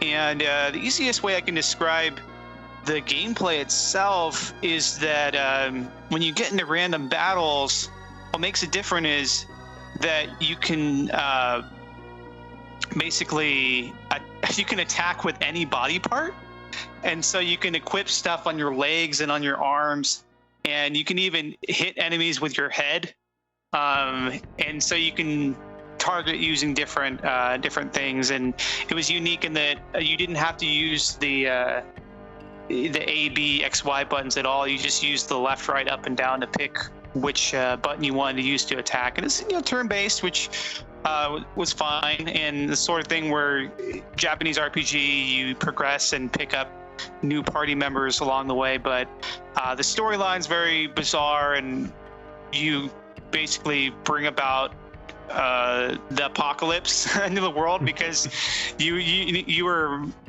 part of some magic school, and you went somewhere you weren't supposed to go with your friend. This is like Harry Potter, basically, before there was a Harry Potter. And you wander to this tower, and you accidentally flip a switch and bring about, I guess it releases a whole bunch of monsters into the world, and you gotta solve the mystery of everything, and get kicked out of your town, kind of like like every other JRPG, right? Yeah. It's either burned down or it's destroyed, or you get kicked out and no one wants you back there because you're a jerk. Right. And what's crazy is you're like 11 years old and you have to go save the world. So you're this 11-year-old kid. So like for me, I related to this game so much. But he's got the weight of the world on his shoulders, and you just start out so weak, but you eventually you progress and you learn awesome magic spells and you become super powerful. And there's just so many unique set pieces in this game. And I think there's like a zip line to get between areas of a town. You go underground. You go inside of a volcano. You recruit these robots. And there's just a lot to like about this game. Some of it hasn't, kind of like the Dragon Quest games, the earlier ones, where it might not be the most intuitive. The translation isn't the best, but it holds a special place in my heart. I need to play that. Yeah, same here. I stayed away from it because I heard some negative things about it, but like the review is kind of making me change my mind on it.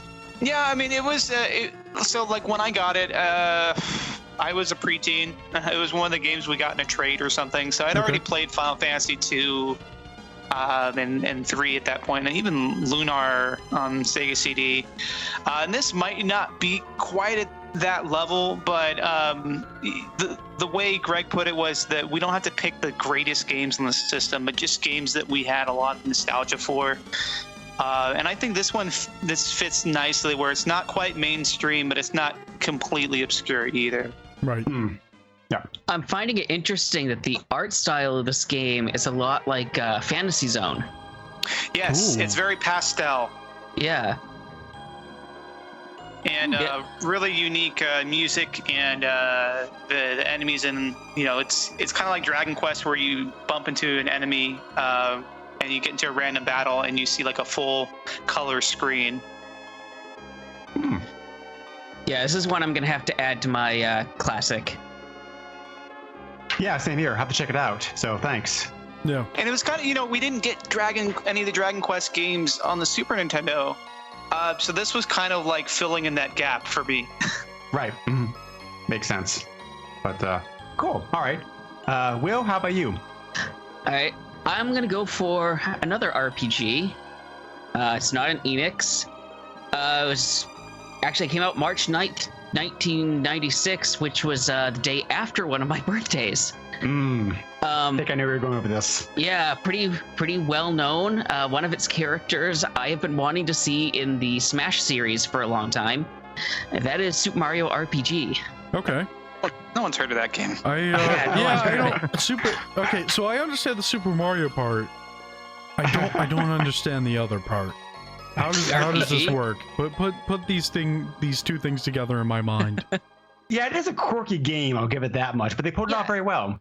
Yeah, they created this whole Square, RPG world. Yeah. They created the Mushroom Kingdom, where there's a big sword that comes down out of the sky and goes into the castle, scatters everyone. The stars that were part of Star Road have just scattered, so your goal is to go around the Mushroom Kingdom and collect the 7 stars. One of the characters you get on your team is actually kind of like the embodiment of the stars, named Geno. He names himself after this doll that he possesses. And you also get this kind of cloud character named Mallow, and Princess Peach also joins you. Bowser joins you as well at one point. What? Yes. I know, it's crazy, right? Yeah, they kind of use the same. They kind of use the same graphic style as Donkey Kong Country. Yeah, there's a nice pre-rendered look to it. Yeah. And they go for what's the term for isometric? They kind of had that kind of side. Three-quarter view. Yeah, three-quarter view for it for the entire game. But one of the unique things... the controls are nice enough to where up is actually up. Oh, yes. Game. Yes. The controls are not confusing at all, thankfully. It's not like up is diagonal and to the right. The controls in the battles are pretty unique as well. With the you have to time your attacks just right to get more powerful attacks.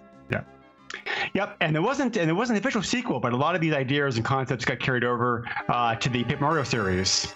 Yeah, and the Mario and Luigi series. I was just about to bring that up. Yes. I view them all as relatives because you have that whole time-based jump on their head and hit the button right at the same time. So it was more than just, do you want to fight or use an item? You actually had to interact with the battles a little bit.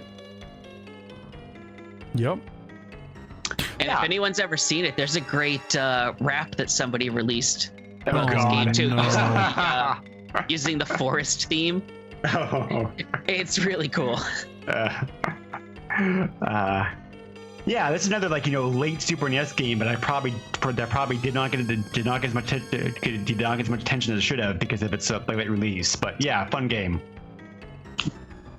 Yep. Yeah. Well, for my pick, I am going back to Enix for a heavy hitter. Who isn't? Because I absolutely adore this game. This is probably one of my all-time favorite games, period, much less on the system. I think I know which one you're going to say. Yes. The still, I think, amazing, still fun to play, very unique game in many ways. Quintet developed game of ActRaiser. Yes, that was almost not the one I thought you were going to say. Yeah. Oh, you were thinking Soul Blazer, weren't you? I'm thinking Soul Blazer. Soul Blazer, I like the name, but Soul Blazer has some problems. It's a good game, but ActRaiser just blows it away in every sense of the word because, I've always been a big fan of quirky mixed genre games. You throw together for me a virtual novel and a puzzle game, and I'm all over that. Just get me two genres mixed together in an unusual way. And ActRaiser combines a action platformer game with a simulation game, and both parts work so well. It's so much fun to play. The graphics are amazing. The music soundtrack is nothing short of just incredible. The same guy who did the Streets of Rage series also did the music for this game. I didn't know that. Yeah. Music Koshiro. Yep. Just incredible music. This game, this is an early Super NES game. This really showed up showed up great what the system could do in terms of like the graphical and sound abilities on it. And it's just the simulation part of it is light, but still engaging enough to keep you entertained because you're also controlling an angel who has to go around destroying demons to protect your fields while you're waiting for your town to grow. And you have to do well in one part to do well in the other part. But if you do well in the town and grow your town big enough, it also improves how many hit points your character has, like the action parts. So it's definitely Craig, I know this is unexpected. Yes, exactly. So, and it's just it's not a long game. I played through I just remembered it last year where I played through the game in like 2 hours, but it's a really great, amazing game. I think it still definitely holds up very well today. And I was so disappointed by the sequel because the sequel took all the simulation parts and and cranked up the difficulty by a factor of 10. And I just did not like that game as much. But the original one is just a classic, like in every sense of the word. It's got some great Mode 7 in it too. Yes, yeah, very good Mode 7. But is there a game with bad Mode 7? Yes. Uh-oh, never mind. Go on. There definitely are some. Go on. I was on the podcast with Greg, and we covered the game. Yeah. And I remember, you did? Yeah. Oh. Yeah. Yeah, this was an early episode, like in the 20s, I think. It was pre George. Sorry, George. Oh no, I wasn't born yet. No, you were just a baby. Yeah. Sorry, Will, were you going to say something? No, I had mentioned Mode 7, and then you guys were talking. But I mean, like this is the game that never failed to impress my friends as far as what the system could do, because just like just between the graphics and the sound and just the gameplay, it's just really pushing the limit of what the system could do for an early game. It was Quintet that developed it. And developed the Soul Blazer series, but this is my favorite also out of all the games they've made. Yes. So. Okay, Nick, finish up with this round, please. Sure. My next pick is another RPG, which I know is shocking at this point. An RPG on this list? Oh, finally. Jeez. So my third RPG on the list here is Shadowrun. And Shadowrun, okay. I had passing familiarity. Yeah. That's on my list. It's a pretty surface cut for me. I had passing familiarity with the pen and paper RPG, and this game and the Genesis game that came out are both wildly different. Yes, very, very different games. They're both great, though. Honestly, the Genesis one conforms more closely to the pen and paper RPG, but I have a much higher fondness for the Super Nintendo version, and that game. It again is a 3/4 perspective.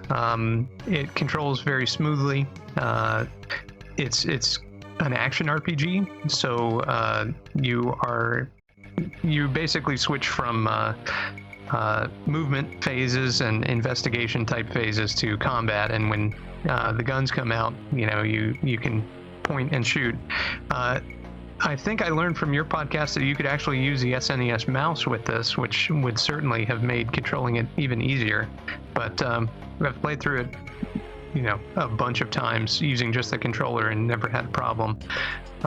The audio is fantastic. I knew I loved this game when I first turned it on, and there's the little intro cutscene, which leads to the Shadowrun logo on a circuit board. Yes. And just the audio for that is killer.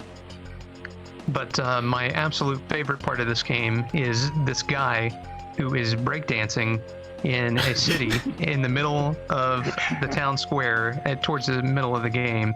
And he says, if you talk to him, can't stop. The weasels are closing in. Yeah. Yeah.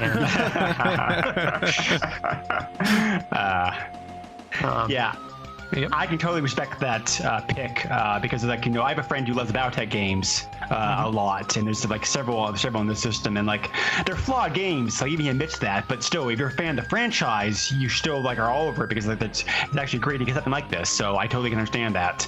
I have very little familiarity with a Shadowrun, but this is a hidden gem for the system. I think it's hard to get into. Having a walkthrough or a map definitely is recommended, I think, to play this game for the first time, but once you know what you're doing, it's quite fun. It's kind of It's easy to also- grind in it though, so Yeah. Yeah. Are you aware of it being kind of a loose spiritual successor? to what? Because Which game? because the creator Paul Kidd created the NES game Nightshade. Oh, yeah, that's right. Okay. I remember that now. Yep. Yeah. Yeah. Yeah, Nightshade's a good game too. Mm-hmm. And it also mixes. I know that Will and I talked about this at some point, but yeah, it kind of between the two games, they both mix different styles of gameplay. Some of the point and click, find the item and deliver it here, and then some of the more actiony bits. Yeah, and don't ask me how they did it, but somehow they were able to combine part of the plot elements from both games onto the more recent Kickstarter-backed Shadowrun game. I have no idea how they pulled that off. What's interesting is I want to play the new Shadowrun game. It's good. Me, I grew up with I didn't play the pen and paper game, but I grew up with the SNES game and the Sega Genesis game. We were one of the lucky families that had. We had both games on both systems, and wow.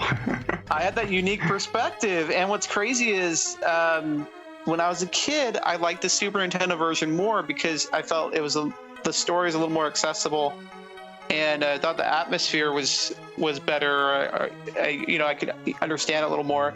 But when I got older, I finally dug more into the Genesis version. I actually like the Genesis version a little more, which is interesting that I'm on the opposite side as far as those games go. But I think they're both great in their own way. I think they handle the RPG elements in completely unique ways. And it's weird that there's a third Shadowrun game that we don't really talk about, because it was only released in Japan, and that's You're talking about the Sega CD one?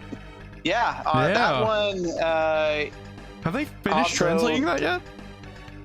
No. So I think someone's translated it, but I don't think it's been inserted into the game itself. I think there's some tricky stuff to get that done. But you can watch YouTube videos of the translation of the game. Well, I mean, they translated Police Knots, so... Yeah, but that was I don't know. There's not many Sega CD translations. Yeah, that's true. Yeah, that's a shame. Yeah. But I'm a fan of all things Shadowrun, though I'll be honest, I never tried the first-person multiplayer shooter game that it's not good. Yeah, it's not good. No. Yeah, the one from 2007. Yeah. Was it 07? You're not missing anything. Yeah. I don't know what they were thinking. Nick, do you know about Shadowrun Returns? Yes, I backed it on Kickstarter. Oh, okay, because there is somebody who is trying to recreate the SNES game in there. Really? Yes. Interesting. It's on the I think it's only on like the Steam Workshop, but there's somebody who's trying to recreate it. Yeah, I did not know that you were a Shadowrun fan, Nick. That's cool. I'm a man of mystery. That's quite true. Yes, all I know about is you like a pinball. Yes, the man of many talents. If there was a Shadowrun pinball game, I'd be on top. I'd be on that in a heartbeat. Right. That's not a bad idea for a project. There you go. It's got an attachment that brings out a gun, squirts water at you. I don't know. Cool. Okay, final round 4. Speaking about people of many, many talents, the amazing Phil. Please get us going on this final round then, sir. All right, man. You guys are just giving me everything I want.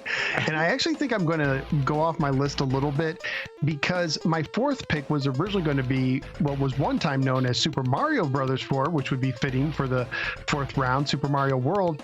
But I already got All Stars, and I didn't want to cheat like Aaron and say I'm picking Super Mario World / All Stars Comedy Heart. And I don't want to. I want to have something to mix it up. So I have Legend of Zelda, just an all-around great game. I got the platformer with All Stars. I got the Sim City kind of simulation thing going on. I need something that doesn't require my brain. And I'm a fan of brawlers. And I don't know if there's any better brawler on the system than Teenage Mutant Ninja Turtles 4 Turtles in Time. Oh, nice. That was going to be my pick. And hey, round 4, Turtles 4, got to do it, right? As a kid, my favorite arcade game was the 4-player version of Teenage Mutant Ninja Turtles. And I never saw the Turtles in Time arcade game, okay? And I remember when they ported that to the NES, and it was good, but you could definitely tell the difference. Right. But when Turtles 4 came out on the SNES, it felt like we finally got the arcade game at home. The graphics are spot on. I believe it added some elements from the original arcade game. It kind of made it almost like a little mix of both the arcade games. And it's just such a blast to play, whether you have a friend or you're by yourself. I just enjoy it so much. I don't know what more to say other than I like the Turtles and I like brawlers, and this is just a perfect combination of the two. Yeah. Yes. Yeah, my cousin and I were huge fans of the Turtles. It should also be noted that one of my friends from high school, his cousin, is Kevin Eastman. Oh, nice. Yeah, so I had another connection to the series just right there. But yeah, once the Turtles came, once the TV series came out, my cousin and I were huge Turtles fans. Yeah, same here, because I was at the right age for that, and I had all the Turtles games and loved all of them, but this game is definitely a classic. It's a great game. Konami really ported the game over very, very well. And Phil, actually, I don't think I'm missing too much. The arcade game is very good, but they made several enhancements to the version of the game. For example, the whole Mode 7 fight with Shredder, we're having to toss the soldiers back at him on the screen. Yeah, that was not part of the arcade game. So right. And several bosses were also changed and or added in, which brought in like cartoon movie connections, which is very, very cool. So, this is an awesome game. Like one player, 2 player, so much fun. Definitely a great pick. You need to be a Turtles fan, I think, to enjoy this game. It's a very classic beat 'em up. If you like brawlers, you'll like this game. Yeah, it's awesome. Not everybody does, but I do. Yeah. And you could make an argument this is the best brawler on any system. At least it should be in the conversation. Yes. Yeah, I agree with that, definitely. There was another brawler around the same time that they worked on that I really wish they had ported over to the consoles. And it's another series I enjoy. That's Bucky O'Hare. Oh, yeah. There wasn't an NES game. There was an NES game, but there was also a brawler in the arcade. Yes, where you could shoot guns. It was great. And if I remember right, it tied to the story of the animated series. That's cool. Yeah. Huh. Awesome. So, Turtles in Time, maybe the reason that you didn't see it in arcades is because it was only released as a conversion. And, good point. Okay. Yeah. Yeah. So the idea was you converted the original Teenage Mutant Ninja Turtles arcade game and got it to make more money. Well, which to me sounds like blasphemy. It's like that machine was a moneymaker for a long time. If I could have one arcade game machine, I'd be very tempted to pick the 4-player version of that. Yeah. I do wish I would have seen Turtles in Time, like even in the front of a Kroger or something. That would have been fun to stumble upon. The arcade I used to go to up in Maine, they had the first Turtles, and then later on, after they rearranged the arcade, they put Turtles in Time in there. So I got to play it when it was in the arcade. We had one at our local mini golf place when it was relatively new. But yeah, the board sets for those, if you collect arcade stuff, they're insanely expensive now. Oh, I'm sure. I think everybody wants both of those games. So that's real quick, Phil. Like, what's your favorite turtle? Like, who do you usually like playing as? Well, growing up, my favorite turtle, I think a lot of kids my age liked Michelangelo because of his attitude. But growing up, and I think the arcade game started, I actually like Leonardo. And I've become a Leonardo fan ever since. I know that Donatello has the pole thing going on in a lot of games. That's huge, but give me Leonardo. I just like Leonardo. I'm the same way. Yeah, Leo's always been my favorite turtle.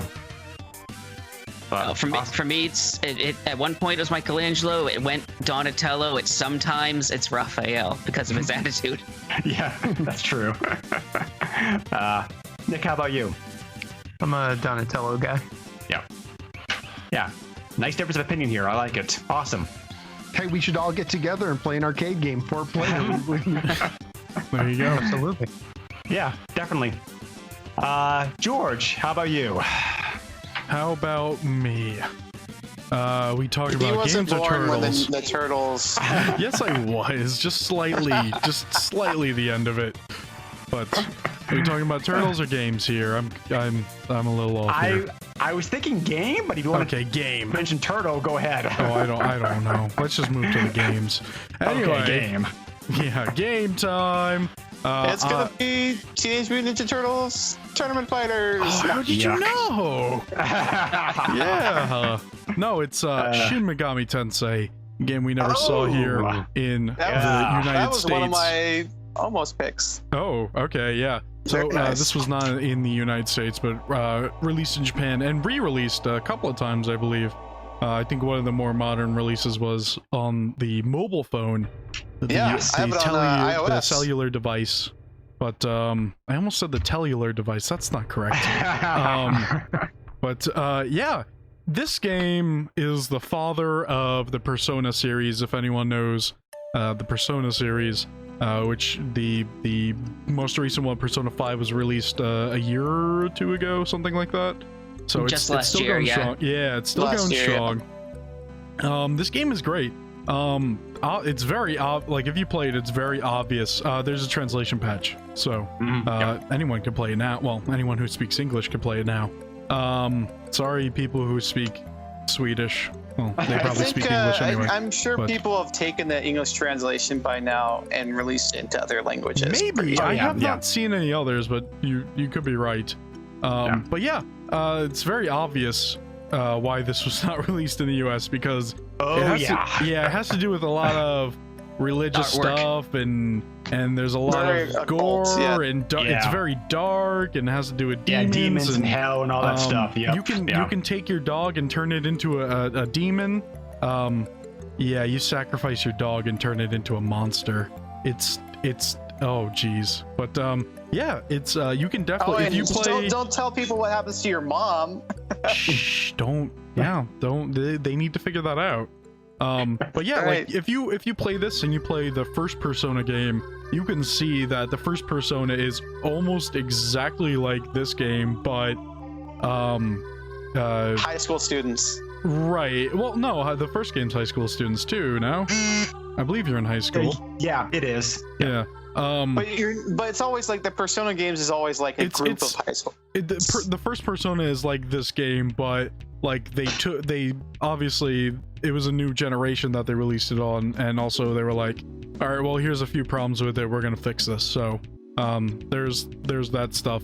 You get lost in mazes because they're all first person dungeons that all the walls look the same essentially, so it's hard to get around, but it's if you're really into that type of game, like, it's worth it to play because it is so much fun. There's just so much to it, and you don't You can like, talk to demons and Right. get out of battles. there's a lot of there's a lot of themes that you don't see in this era pertaining to games that have come out in the US.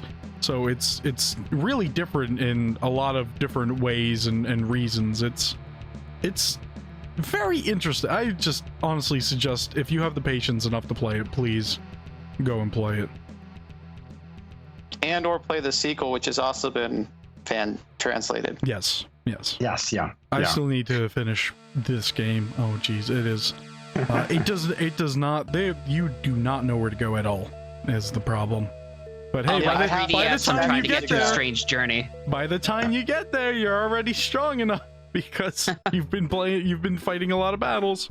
Yeah. But yeah, That and this was like pre-Pokemon, where Right, you would yeah. actually collect the demons. You know, you'd figure out what their weakness was, or you'd talk to them, or give them a certain item. Right, yep. Yeah, and but they you know can what? join you. It's crazy because you have to deal with like real world stuff where it's like this person committed suicide or whatever, or they were murdered in this park, Yeah. and now the police are like on the watch. So you're limited on where you can go, and there's a curfew, and this There's a and mall. that. There's a shopping mall. Yeah. Oh, geez, that more mall. It modern took day. me 10 minutes to get out of that mall. I'll have you know. Yeah. There is like a little auto map, but yeah, looking at a map definitely The helps. auto and then, map isn't the best.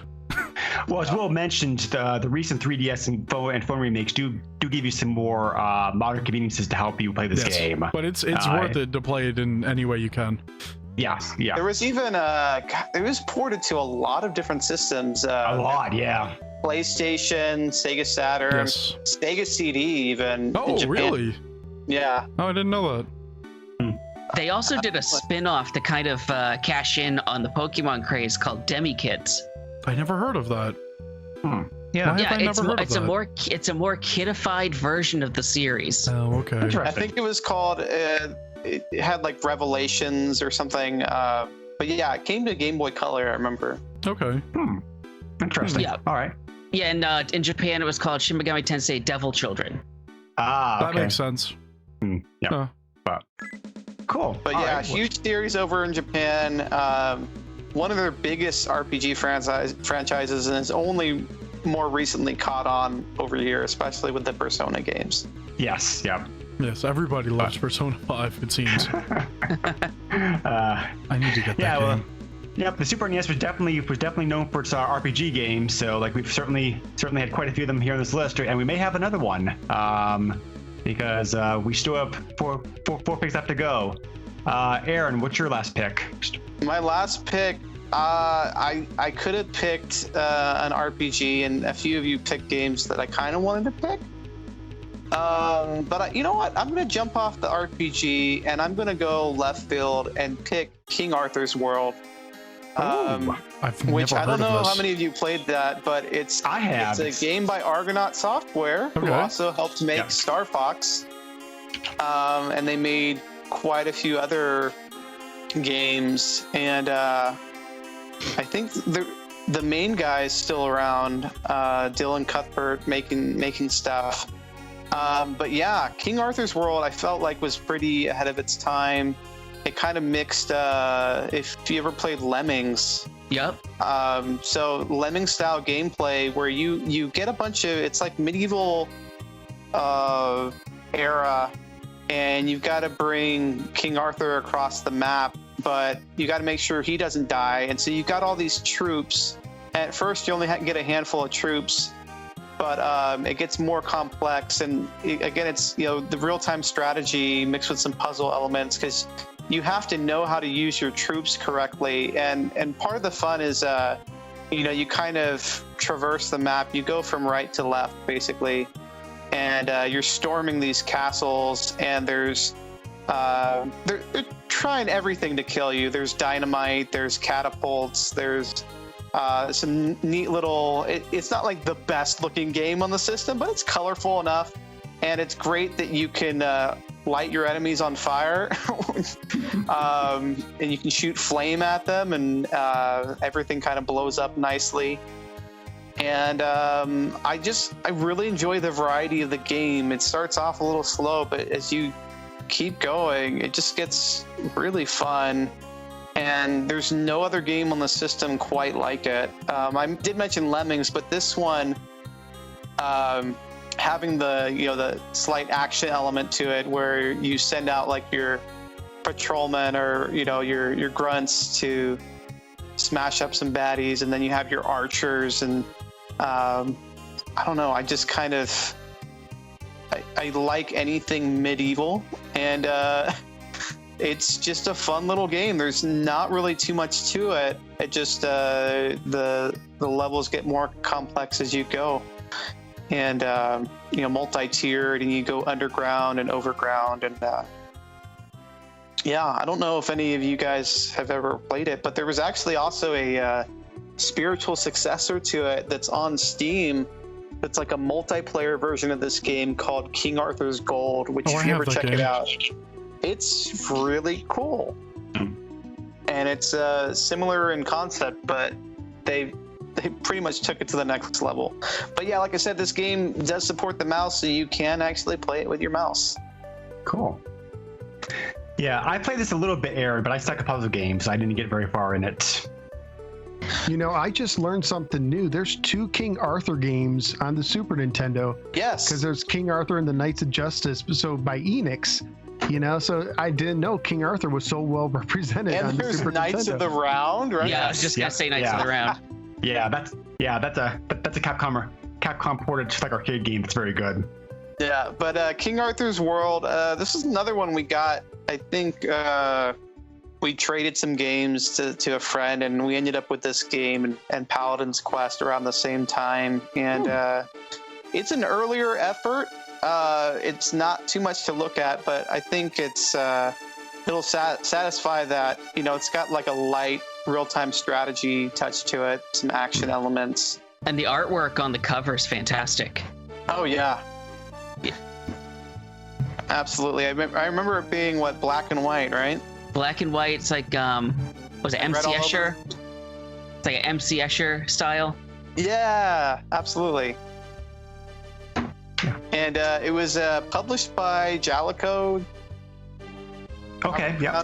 And then, you know, developed by Argonaut, who also did a few things. They did Star Fox, helped with Star Fox mostly, and they also did Vortex, if I remember right. Oh, okay. All right. Yeah, I know that game. Awesome. All right. Will, what do you have for us to finish things up? Okay, gonna go with a side scroller here. A little bit of an action game. A game based off of the movie that was actually my second date. And that game is The Lion King. Oh, okay. Ah, okay. Yep. Yeah, another game that has some speech in it. Was that a Capcom game? Was that a Capcom? Yeah, that one was Capcom. Okay, yep. But yeah, just all around, like the graphics were fantastic in this. It matched the way the movie looked. With it wasn't cel shaded, but it looked really colorful. The fact that you were using a character that actually ran on 4 feet rather than 2, like most other games did back then. But they really went and they got the action of a lion running around in this game. I think it was like 2nd or 3rd level where people just really kind of didn't know what to do. I think that was the level with all the giraffes. Such a hard game. You're right. I made it past there, like, and then to the dark stage. I've made it to there once, and it just gets so hard. Yeah, and it looks like this was made by Virgin. So this is the same as the Genesis game, more or less. Because this was a weird time where like Aladdin was Capcom and but Sega on the Genesis. But this looks like it's pretty similar to the Genesis version, which honestly I have not played that much. I could have sworn maybe it was a collaboration with him, but yeah, it's probably just Virgin. But I do remember jumping on giraffe heads for some reason.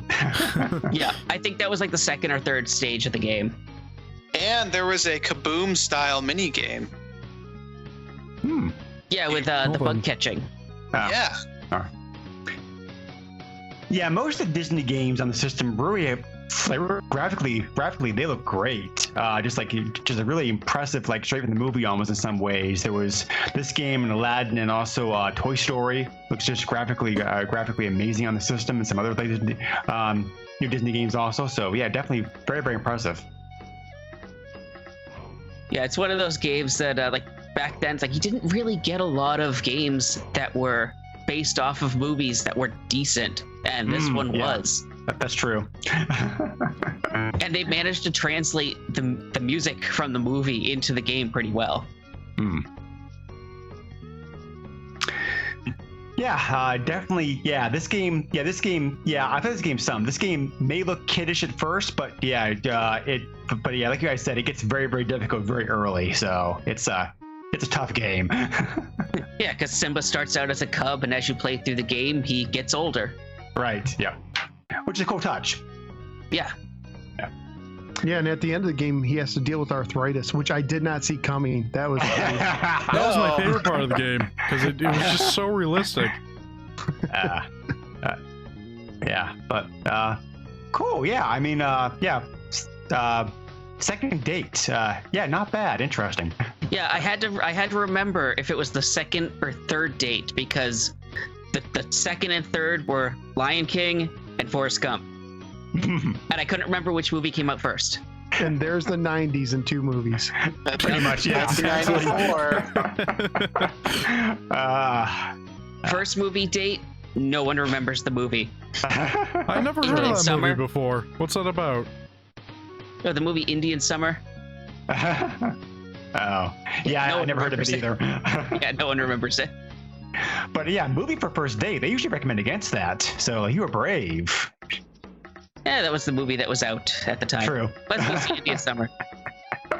But after buying The Lion King, I went and got the soundtrack. I think that was the third CD I owned. Oh, Oh, awesome. wow. I definitely had that CD as well. CDs, remember those things? Oh, yeah. Yes. That's before your time. It's okay. Yes. Come on now. But, yeah, so the game I have for my last pick is probably more speaking about movies, it's probably more reminiscent of an 80s movie, of an 80s theme than a really 90s theme, but it came out in the 90s, so I decided to go with another heavy hitter here for this one. It's another game I absolutely adore, and I'm also like you guys, I'm also trying to kind of balance out the games for different genres, like for these. But yeah, this is a franchise I love, and I was absolutely delighted to see it translate over like the 60-bit system. Contra 3: The Alien Wars. Yep, that was one of the ones on my short list. What awesome game! This is I mean, the one about the Iran Contra affair, right? no, thank God. And That was Oliver North and Ronald Reagan and. No, this one. This one introduced the sci-fi aspect of the series because Contra and Super C for the NES had been more like modern day theme, whereas this one takes place in I think the 27th century, but like very far off in the future, but you're still facing the same enemies and just like. Wow, this game's over the top. I mean, the graphics are just amazing. The soundtracks are awesome. I love the fact you can have like 2 guns in your hands. You can like switch between guns. Like, because there's certain kind of guns that are much more handy for certain situations or whatnot. And they also mix in the gameplay. There's some of the stages are like traditional side-scrolling or up and down stages, where other stages are a top-down view, where you get to pick where your starts and have to go through a play field from the top-down perspective, trying to find and destroy enemies, and you can kind of do like spin attacks with your weapons and whatnot. They are just really incredible boss fights. It's very, very difficult. But if you want the absolute best ending of the game, you gotta play the hard difficulty level, and it is insanely hard. With like extra boss fights there, like the end of the game and whatnot. Yeah, this game is probably my favorite Contra game. Shattered Soldier for the PlayStation comes up very close to it too, but Really? Yeah, Shattered Soldier I love a lot too, but this is an early Super NES game, and I'm so glad I spent the money to get the system because this game's just mind blowing, and still and it's also a great 2-player game as well. They also ported the game over later years to the GBA with somewhat success. The colors are all washed out. Yeah, they did this weird thing where they added levels from the Genesis game. Yes, hardcore. Yeah, for some reason. Kind of a weird mix. Because I guess they figured that I guess Konami figured the GBA couldn't handle the top-down stages very well. So, yeah, 32-bit system. Come on, guys. I don't know, but yeah, I mean, just during the 80s, there were so many great movie-inspired action games like this and Commando and Akari Warriors. Just this is kind of the last great gasp for that era. Just really great game. Yeah, and I must say that it has a boss that's one of the most memorable bosses of all 16-bit era games, and that's that turtle boss. For some reason, the design of that boss sticks out to my head. I don't know if it's because I'm a Teenage Mutant Ninja Turtle guy and that's a giant mutant turtle, but that boss, was it his heart exposed, something like that? That was just such an interesting visual to see the first time you came across him. It was also very cool. It was also very cool how they also threw in the bosses from Contra Super C in this game as well, like in the final stage. Oh, you mean like the top down? I thought the top down mode 7 stuff was interesting too. Yeah, it works pretty well. It's not my favorite part of the game, but it works fine. Like again, it really shows up the system. What the system could do. You know what Contra it doesn't break up the flow because it doesn't have to worry about top down stages. Contra Hardcore. Ooh. On Sega Genesis. Oh my. I'm sorry. I'm just kidding. But are we talking about the SNES or the Genesis SNES? Which one are we talking about? Right. No. So I like I do love Contra 3. One of the things I wondered about was why. So they do the whole thing where you can hold L and R and jump and do a spinny attack. It's pretty useless though. It doesn't really. That's much more useful than like the top-down stages though. The top-down stages is it was very, very much handy. more useful there. Yeah. And what I found was I almost feel like some of the same guys who worked on this game worked on Gunstar Heroes, but I'm not sure. But I will say that it was almost like they improved the double gun system because I kind of wanted the ability to combine guns in this one. And I know they did that in Gunstar Heroes where you could pick up like a homing and a laser and it became laser homing. But regardless, the set pieces in Contra 3 are great. I love, there's parts where the ground's on fire. You're in the sky. You're hanging from scaffolding. Your guys have like unlimited arm strength. They, their biceps are cranked up to the max because they can just hang onto a helicopter and swing around and still survive somehow. It's great. And don't forget the boss fight where you're like caught between missile and missile. Totally like unrealistic, but so much fun. But Hardcore is a good game too. I think that that game also Konami really knew how to program games that just strengthen the systems. Rounding us out, last pick, Nick, what do you have for us? I wouldn't say rounding us out because this is another RPG. Rounding it out with an RPG. Yeah. Well, the system was known for its RPGs. That's quite true. My final RPG for the evening is EVO: The Search for Eden. Oh, hey. Yeah, this is a hidden gem. And it's a sequel. I didn't know that for years. Oh, really? Another one that was on my list. Yeah. And the first game has been fan translated. Okay. I didn't know that, but the original didn't come here. Okay, that makes sense. Yeah. So, this game I've poured a ton of time into as well. Honestly, with the different variations that you can have, the main goal is you're trying to evolve into some form of being from a fish, a prehistoric fish. And you can improve various aspects of your creature, be it its jaws or its fins, and eventually you come out of the water and the game changes entirely. But you still have that same core mechanic of gaining experience by chomping on enemies and then improving aspects of your creature. And the music is, I keep harping on this, but music is a big draw for me for these games, especially games where I'm spending, hundreds of hours potentially improving my creature by running back and forth and biting things.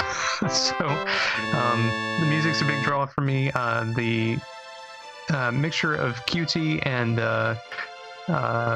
kind of frightening animation is also a big draw. And the color palette is quite pleasing as well, and varied. So for this, final game on the list here, that's my pick. All right. Yeah, this is a fun game. It's also very challenging because it's very difficult to actually figure out how to figure out the proper sequence you need to be able to evolve to a human. Yes. It's not needed to do that to win the game, but it's kind of like the Easter egg, kind of like hidden. Are you a master of this game kind of like thing. So, but yeah, tough game. Some of the boss fights are very, very difficult, but some grinding's necessary as well. But yeah, very, very unique, very different game. Yeah, I'm the hit just detection in it too. You can kind of get hit multiple times. Oh yeah, I forgot about that. That sucks. That's everybody's favorite. Guys, I'm just surprised that we picked 4 Enix games that are not named Dragon Quest. Well, like you said, none of the Super NES games came out over here.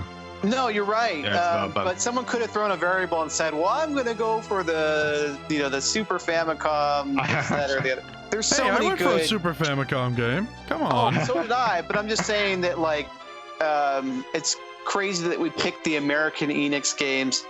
I don't know if the gameplay's a little sluggish, but it's up that you go. Yeah. Yeah, it's definitely a game of its era. I mean, like, I don't think, this is not a game I don't think everybody will love. But if you have the kind of patience for it, and if you really enjoy games of this type, it's definitely unique. Like I said, I don't think there's any. This game was on my list too. I really don't think there's a game out there quite like this. I think later on you'd have stuff like on the Dreamcast, like what was it, Seventh Cross Evolution, but this one's definitely easier to play than that one. That one it's really confusing, but I enjoy these games where you kind of evolve into different forms. I think it's cool. Yeah, and of course, what was a game? Spore, right? I think of Spore nowadays, where yeah where you'd start out on a planet and there were different phases until you went out to space and everything, and right. A lot of people were disappointed because the game promised so much and delivered less, but I think it's pretty interesting that there's kind of a subgenre of this type of evolution game out there. There's a few like that. Yep. Yeah, definitely. All right. Very, very good. I appreciate you guys all coming to the podcast for us. That's the end of the official quote-unquote list. I did mention that we'd be able to list off a few more games or honorable mentions to kind of finish things up. Let's go around and yep. I guess go by our same list. I guess definitely. Phil, what else did you really like? Well, before I get to my one honorable mention, I do think it's interesting that so many RPGs were picked, but not really any sport games. So real quick, some sport games I like on the system: Super Tecmo Bowl, Super Bowling, Super Tennis, and Baseball Simulator 1000. So those are just some sport titles to throw out there since we didn't really pick any. But my real honorable mention goes to a game that was on both the Genesis and the Super Nintendo. I enjoyed it a lot on the Genesis, but it's one of those games that are pretty even on both systems, and that Zombies Ate My Neighbor. Yes. Okay. Yes, that was on my list too. All right, cool. Yeah, so 90s. You got these two kids with super soakers, destroying these villains that look like they came from a Saturday night horror movie. It's a lot of fun. I really enjoy Zombies Ate My Neighbors. LucasArts made some great games. Just really, really top quality stuff. That music was creepy, though. Yeah. It's good. It was good stuff. Yeah. Yeah. Awesome. George, how about you? Couple of things I had on my list. I mean, I had to have something like a Final Fantasy V, but obvious Chrono Trigger as well. But I also had Front Mission Gun Hazard on my list. So that was an awesome recent find. Cybernator. Those are like 2 peas in a pod right there. Metal Warriors, right? And that's basically it for me. Cool. Aaron, how about you? For me, man, I had a ton trying to narrow it down, but I almost picked Plock, Plok Plock, because never heard of it. I know that one, yeah. Oh, you have to go check it out. Once you get used to the controls, and it's kind of like a proto Yoshi's Island in a way. Wow. It's just very colorful, unique gameplay, and you can transform. You pick up special power-ups, and you can transform into different things. But the music is phenomenal as well, by Tim Fallon and the Fallon Bros. Tim and Jeff Fallon, great soundtrack, and the game was designed by the Pickford brothers, who worked on stuff like Solar Jetman and Wizards and Warriors 2 and 3, some other stuff for Rare. It was originally going to be a Rare game. But besides Block, let me just go through a few more. Famicom Detective Club 2, which if you like the visual novel type games like Snatcher or Phoenix Wright, it's been fan translated and it's worth playing. Ooh, that sounds interesting. Yeah, it does. So there's a lot of cool story in there, great graphics, and the way the gameplay moves is you have a list of choices and you talk to people, and it's pretty simple.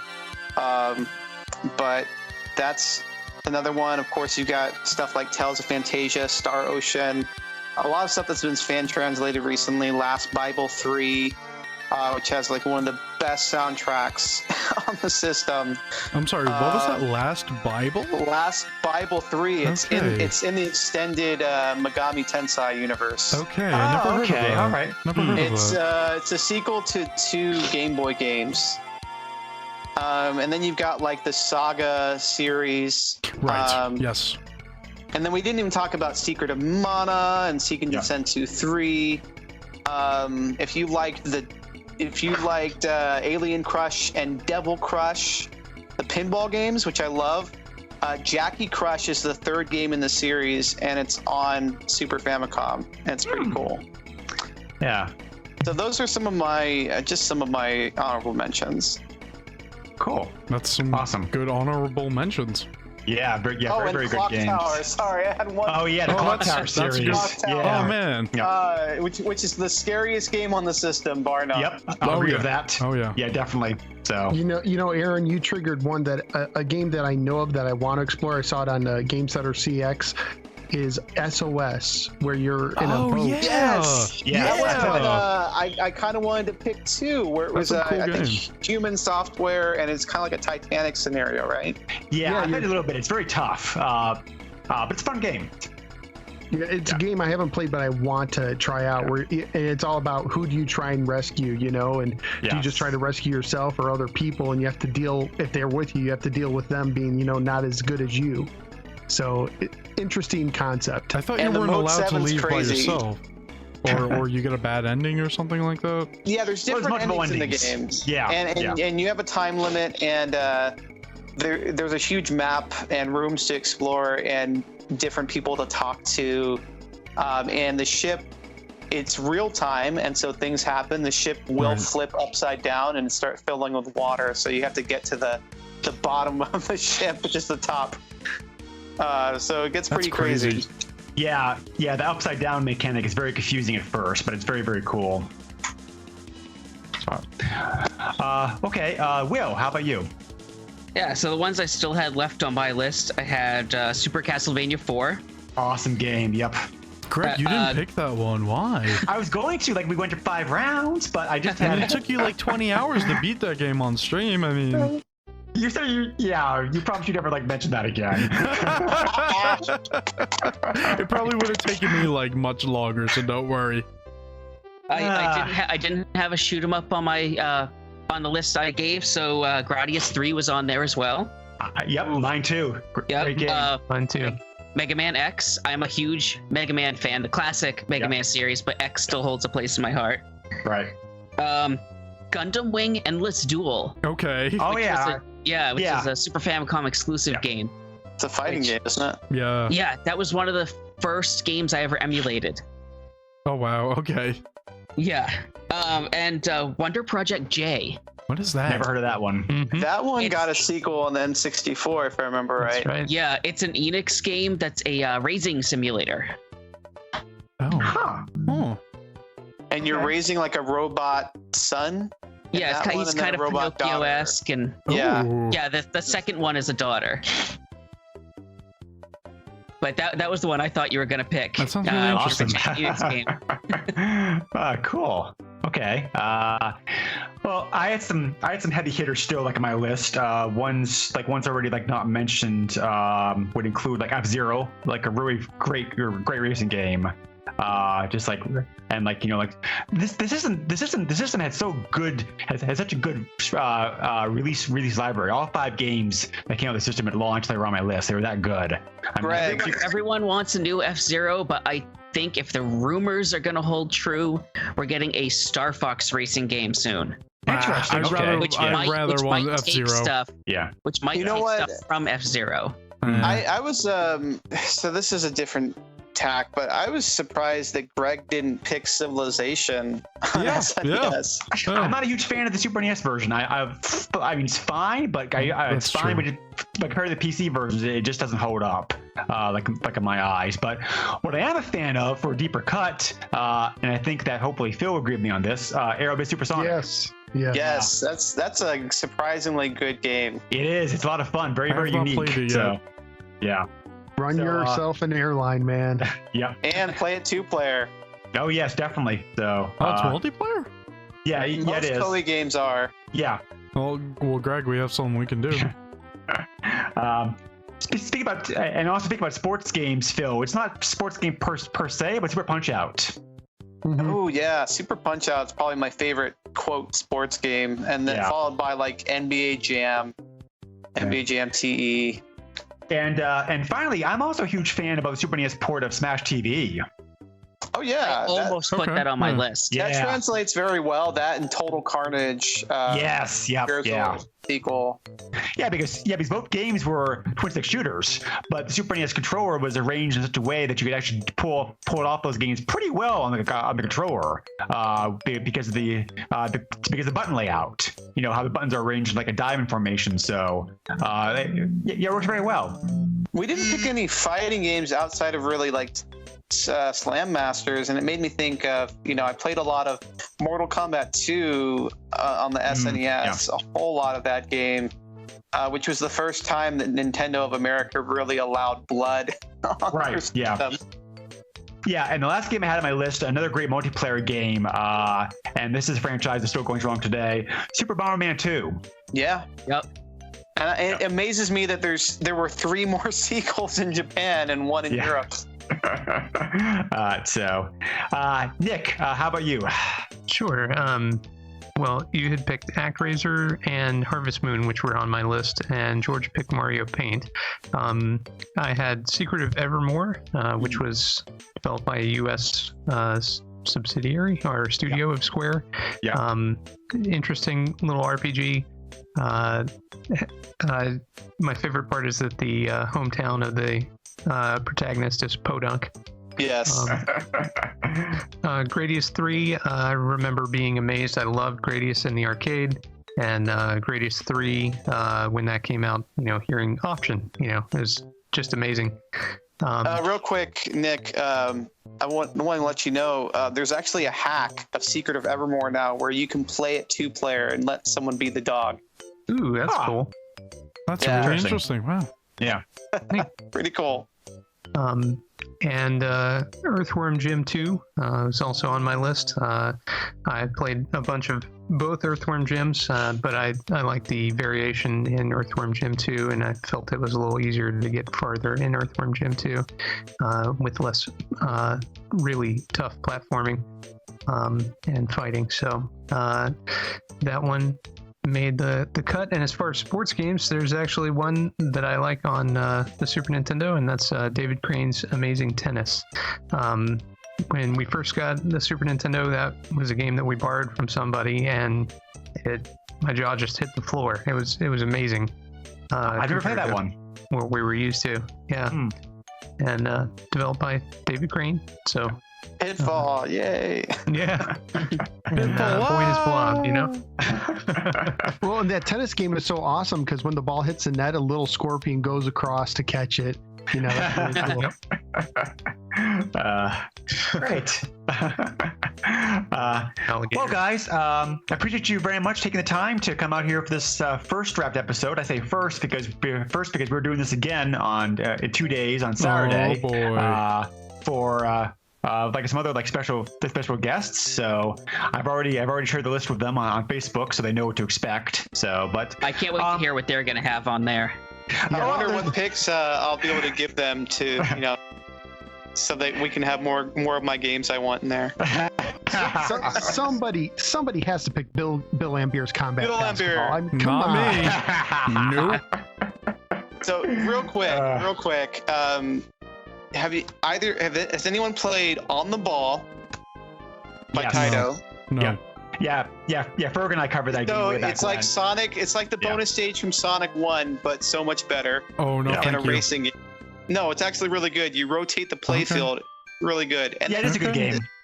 Pieces is another obscure puzzle game. God dang it, Aaron. Jigsaw puzzles, okay? Jigsaw puzzles. That's all I'm gonna say. And you can use the mouse, and it's cool. That's That's all I'm actually gonna say. something Greg and I were going to play. It's really fun two-player Hmm. because you get different abilities and stuff We that were you can gonna- mess your opponent up with. Yeah, we were going to play that, and actually, well, spoilers, we were actually going to cover that next. So thanks, Aaron. You're welcome. Nice segue. Yeah, so we're going to be releasing these 2 episodes not at the same time. They're going to be released during our usual 2-week rotation, so as to be fresh. So like this episode will get out first, and then the other guys will have to wait a bit longer for theirs. But you know, being first should have some special advantages. So, so yeah, awesome. Appreciate all you guys like taking time to do this. I always wanted to be part of a draft episode. Well, I was part of a draft episode a while back. 7800 one, but That's right. but you know, wanted to be in another one. So this is awesome. Great picks. Like I said, we were saying before that the system's so huge. I think it was like 700 games total released for the system worldwide. That, you know, there's still we only scratch the surface like of the great game. So I'm sure the guys that are around too have no problem like coming up with some great games to match this. Well, I can't wait till we get to episode 200 when we do this all over again. Oh God. No, for 200, you got to pick the worst games of the system. You have to Ooh, make- that would be good. That's not a bad idea, actually. Yeah. No, that's not. Hong Kong 97, here we come. Oh, Oh, God. no, Street you Combat. ruined my first pick. Dang Was it. that an official release, Aaron? I keep hoping it's a hack so we can avoid that. Oh man, but You know okay. it's going to come up and bite you in the butt. Oh yeah, I'm sure it will. But, Oh, yeah. So It's a anyway. 2-hour-long episode. You're just looping that song. I mean, now you ruined our April Fool's episode. Aw. Yeah, awesome. All you guys have been on the podcast before in the past as well, and hopefully we can have you back again some point soon for like some games, because you all mentioned a game that I'd love to have you on the podcast for. So we will be in touch. But thank you again very much. And if you enjoy the podcast, please check us out on Facebook.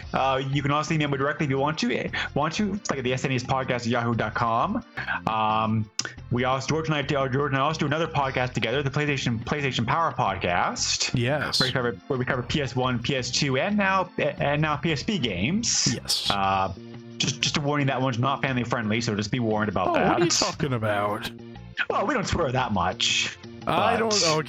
Okay, real talk. I don't know about that, Craig. It's That's alright another for your podcast. dog to listen to, but not your children.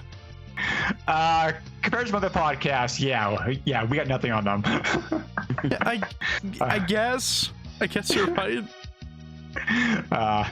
So we are a proud member of both the Throwback Network and Retro Junkies Network. We can find a whole bunch of other great retro-themed podcasts, both gaming and non-gaming related. No harm mentioning since Aaron and George already mentioned it.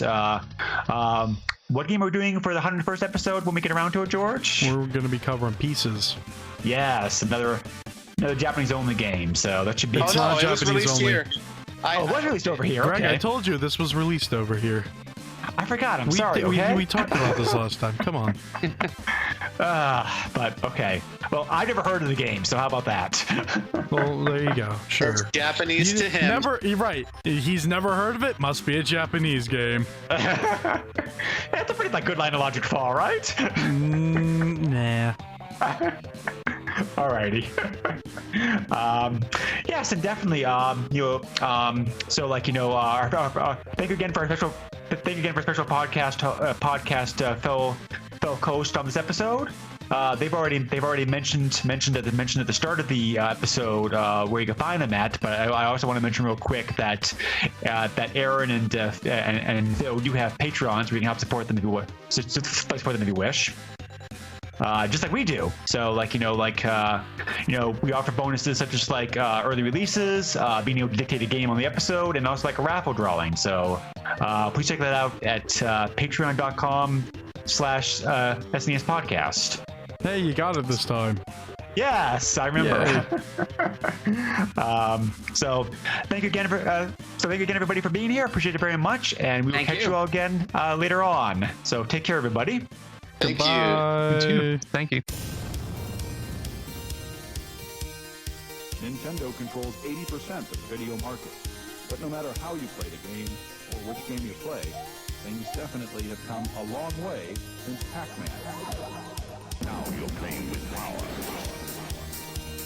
Deep power.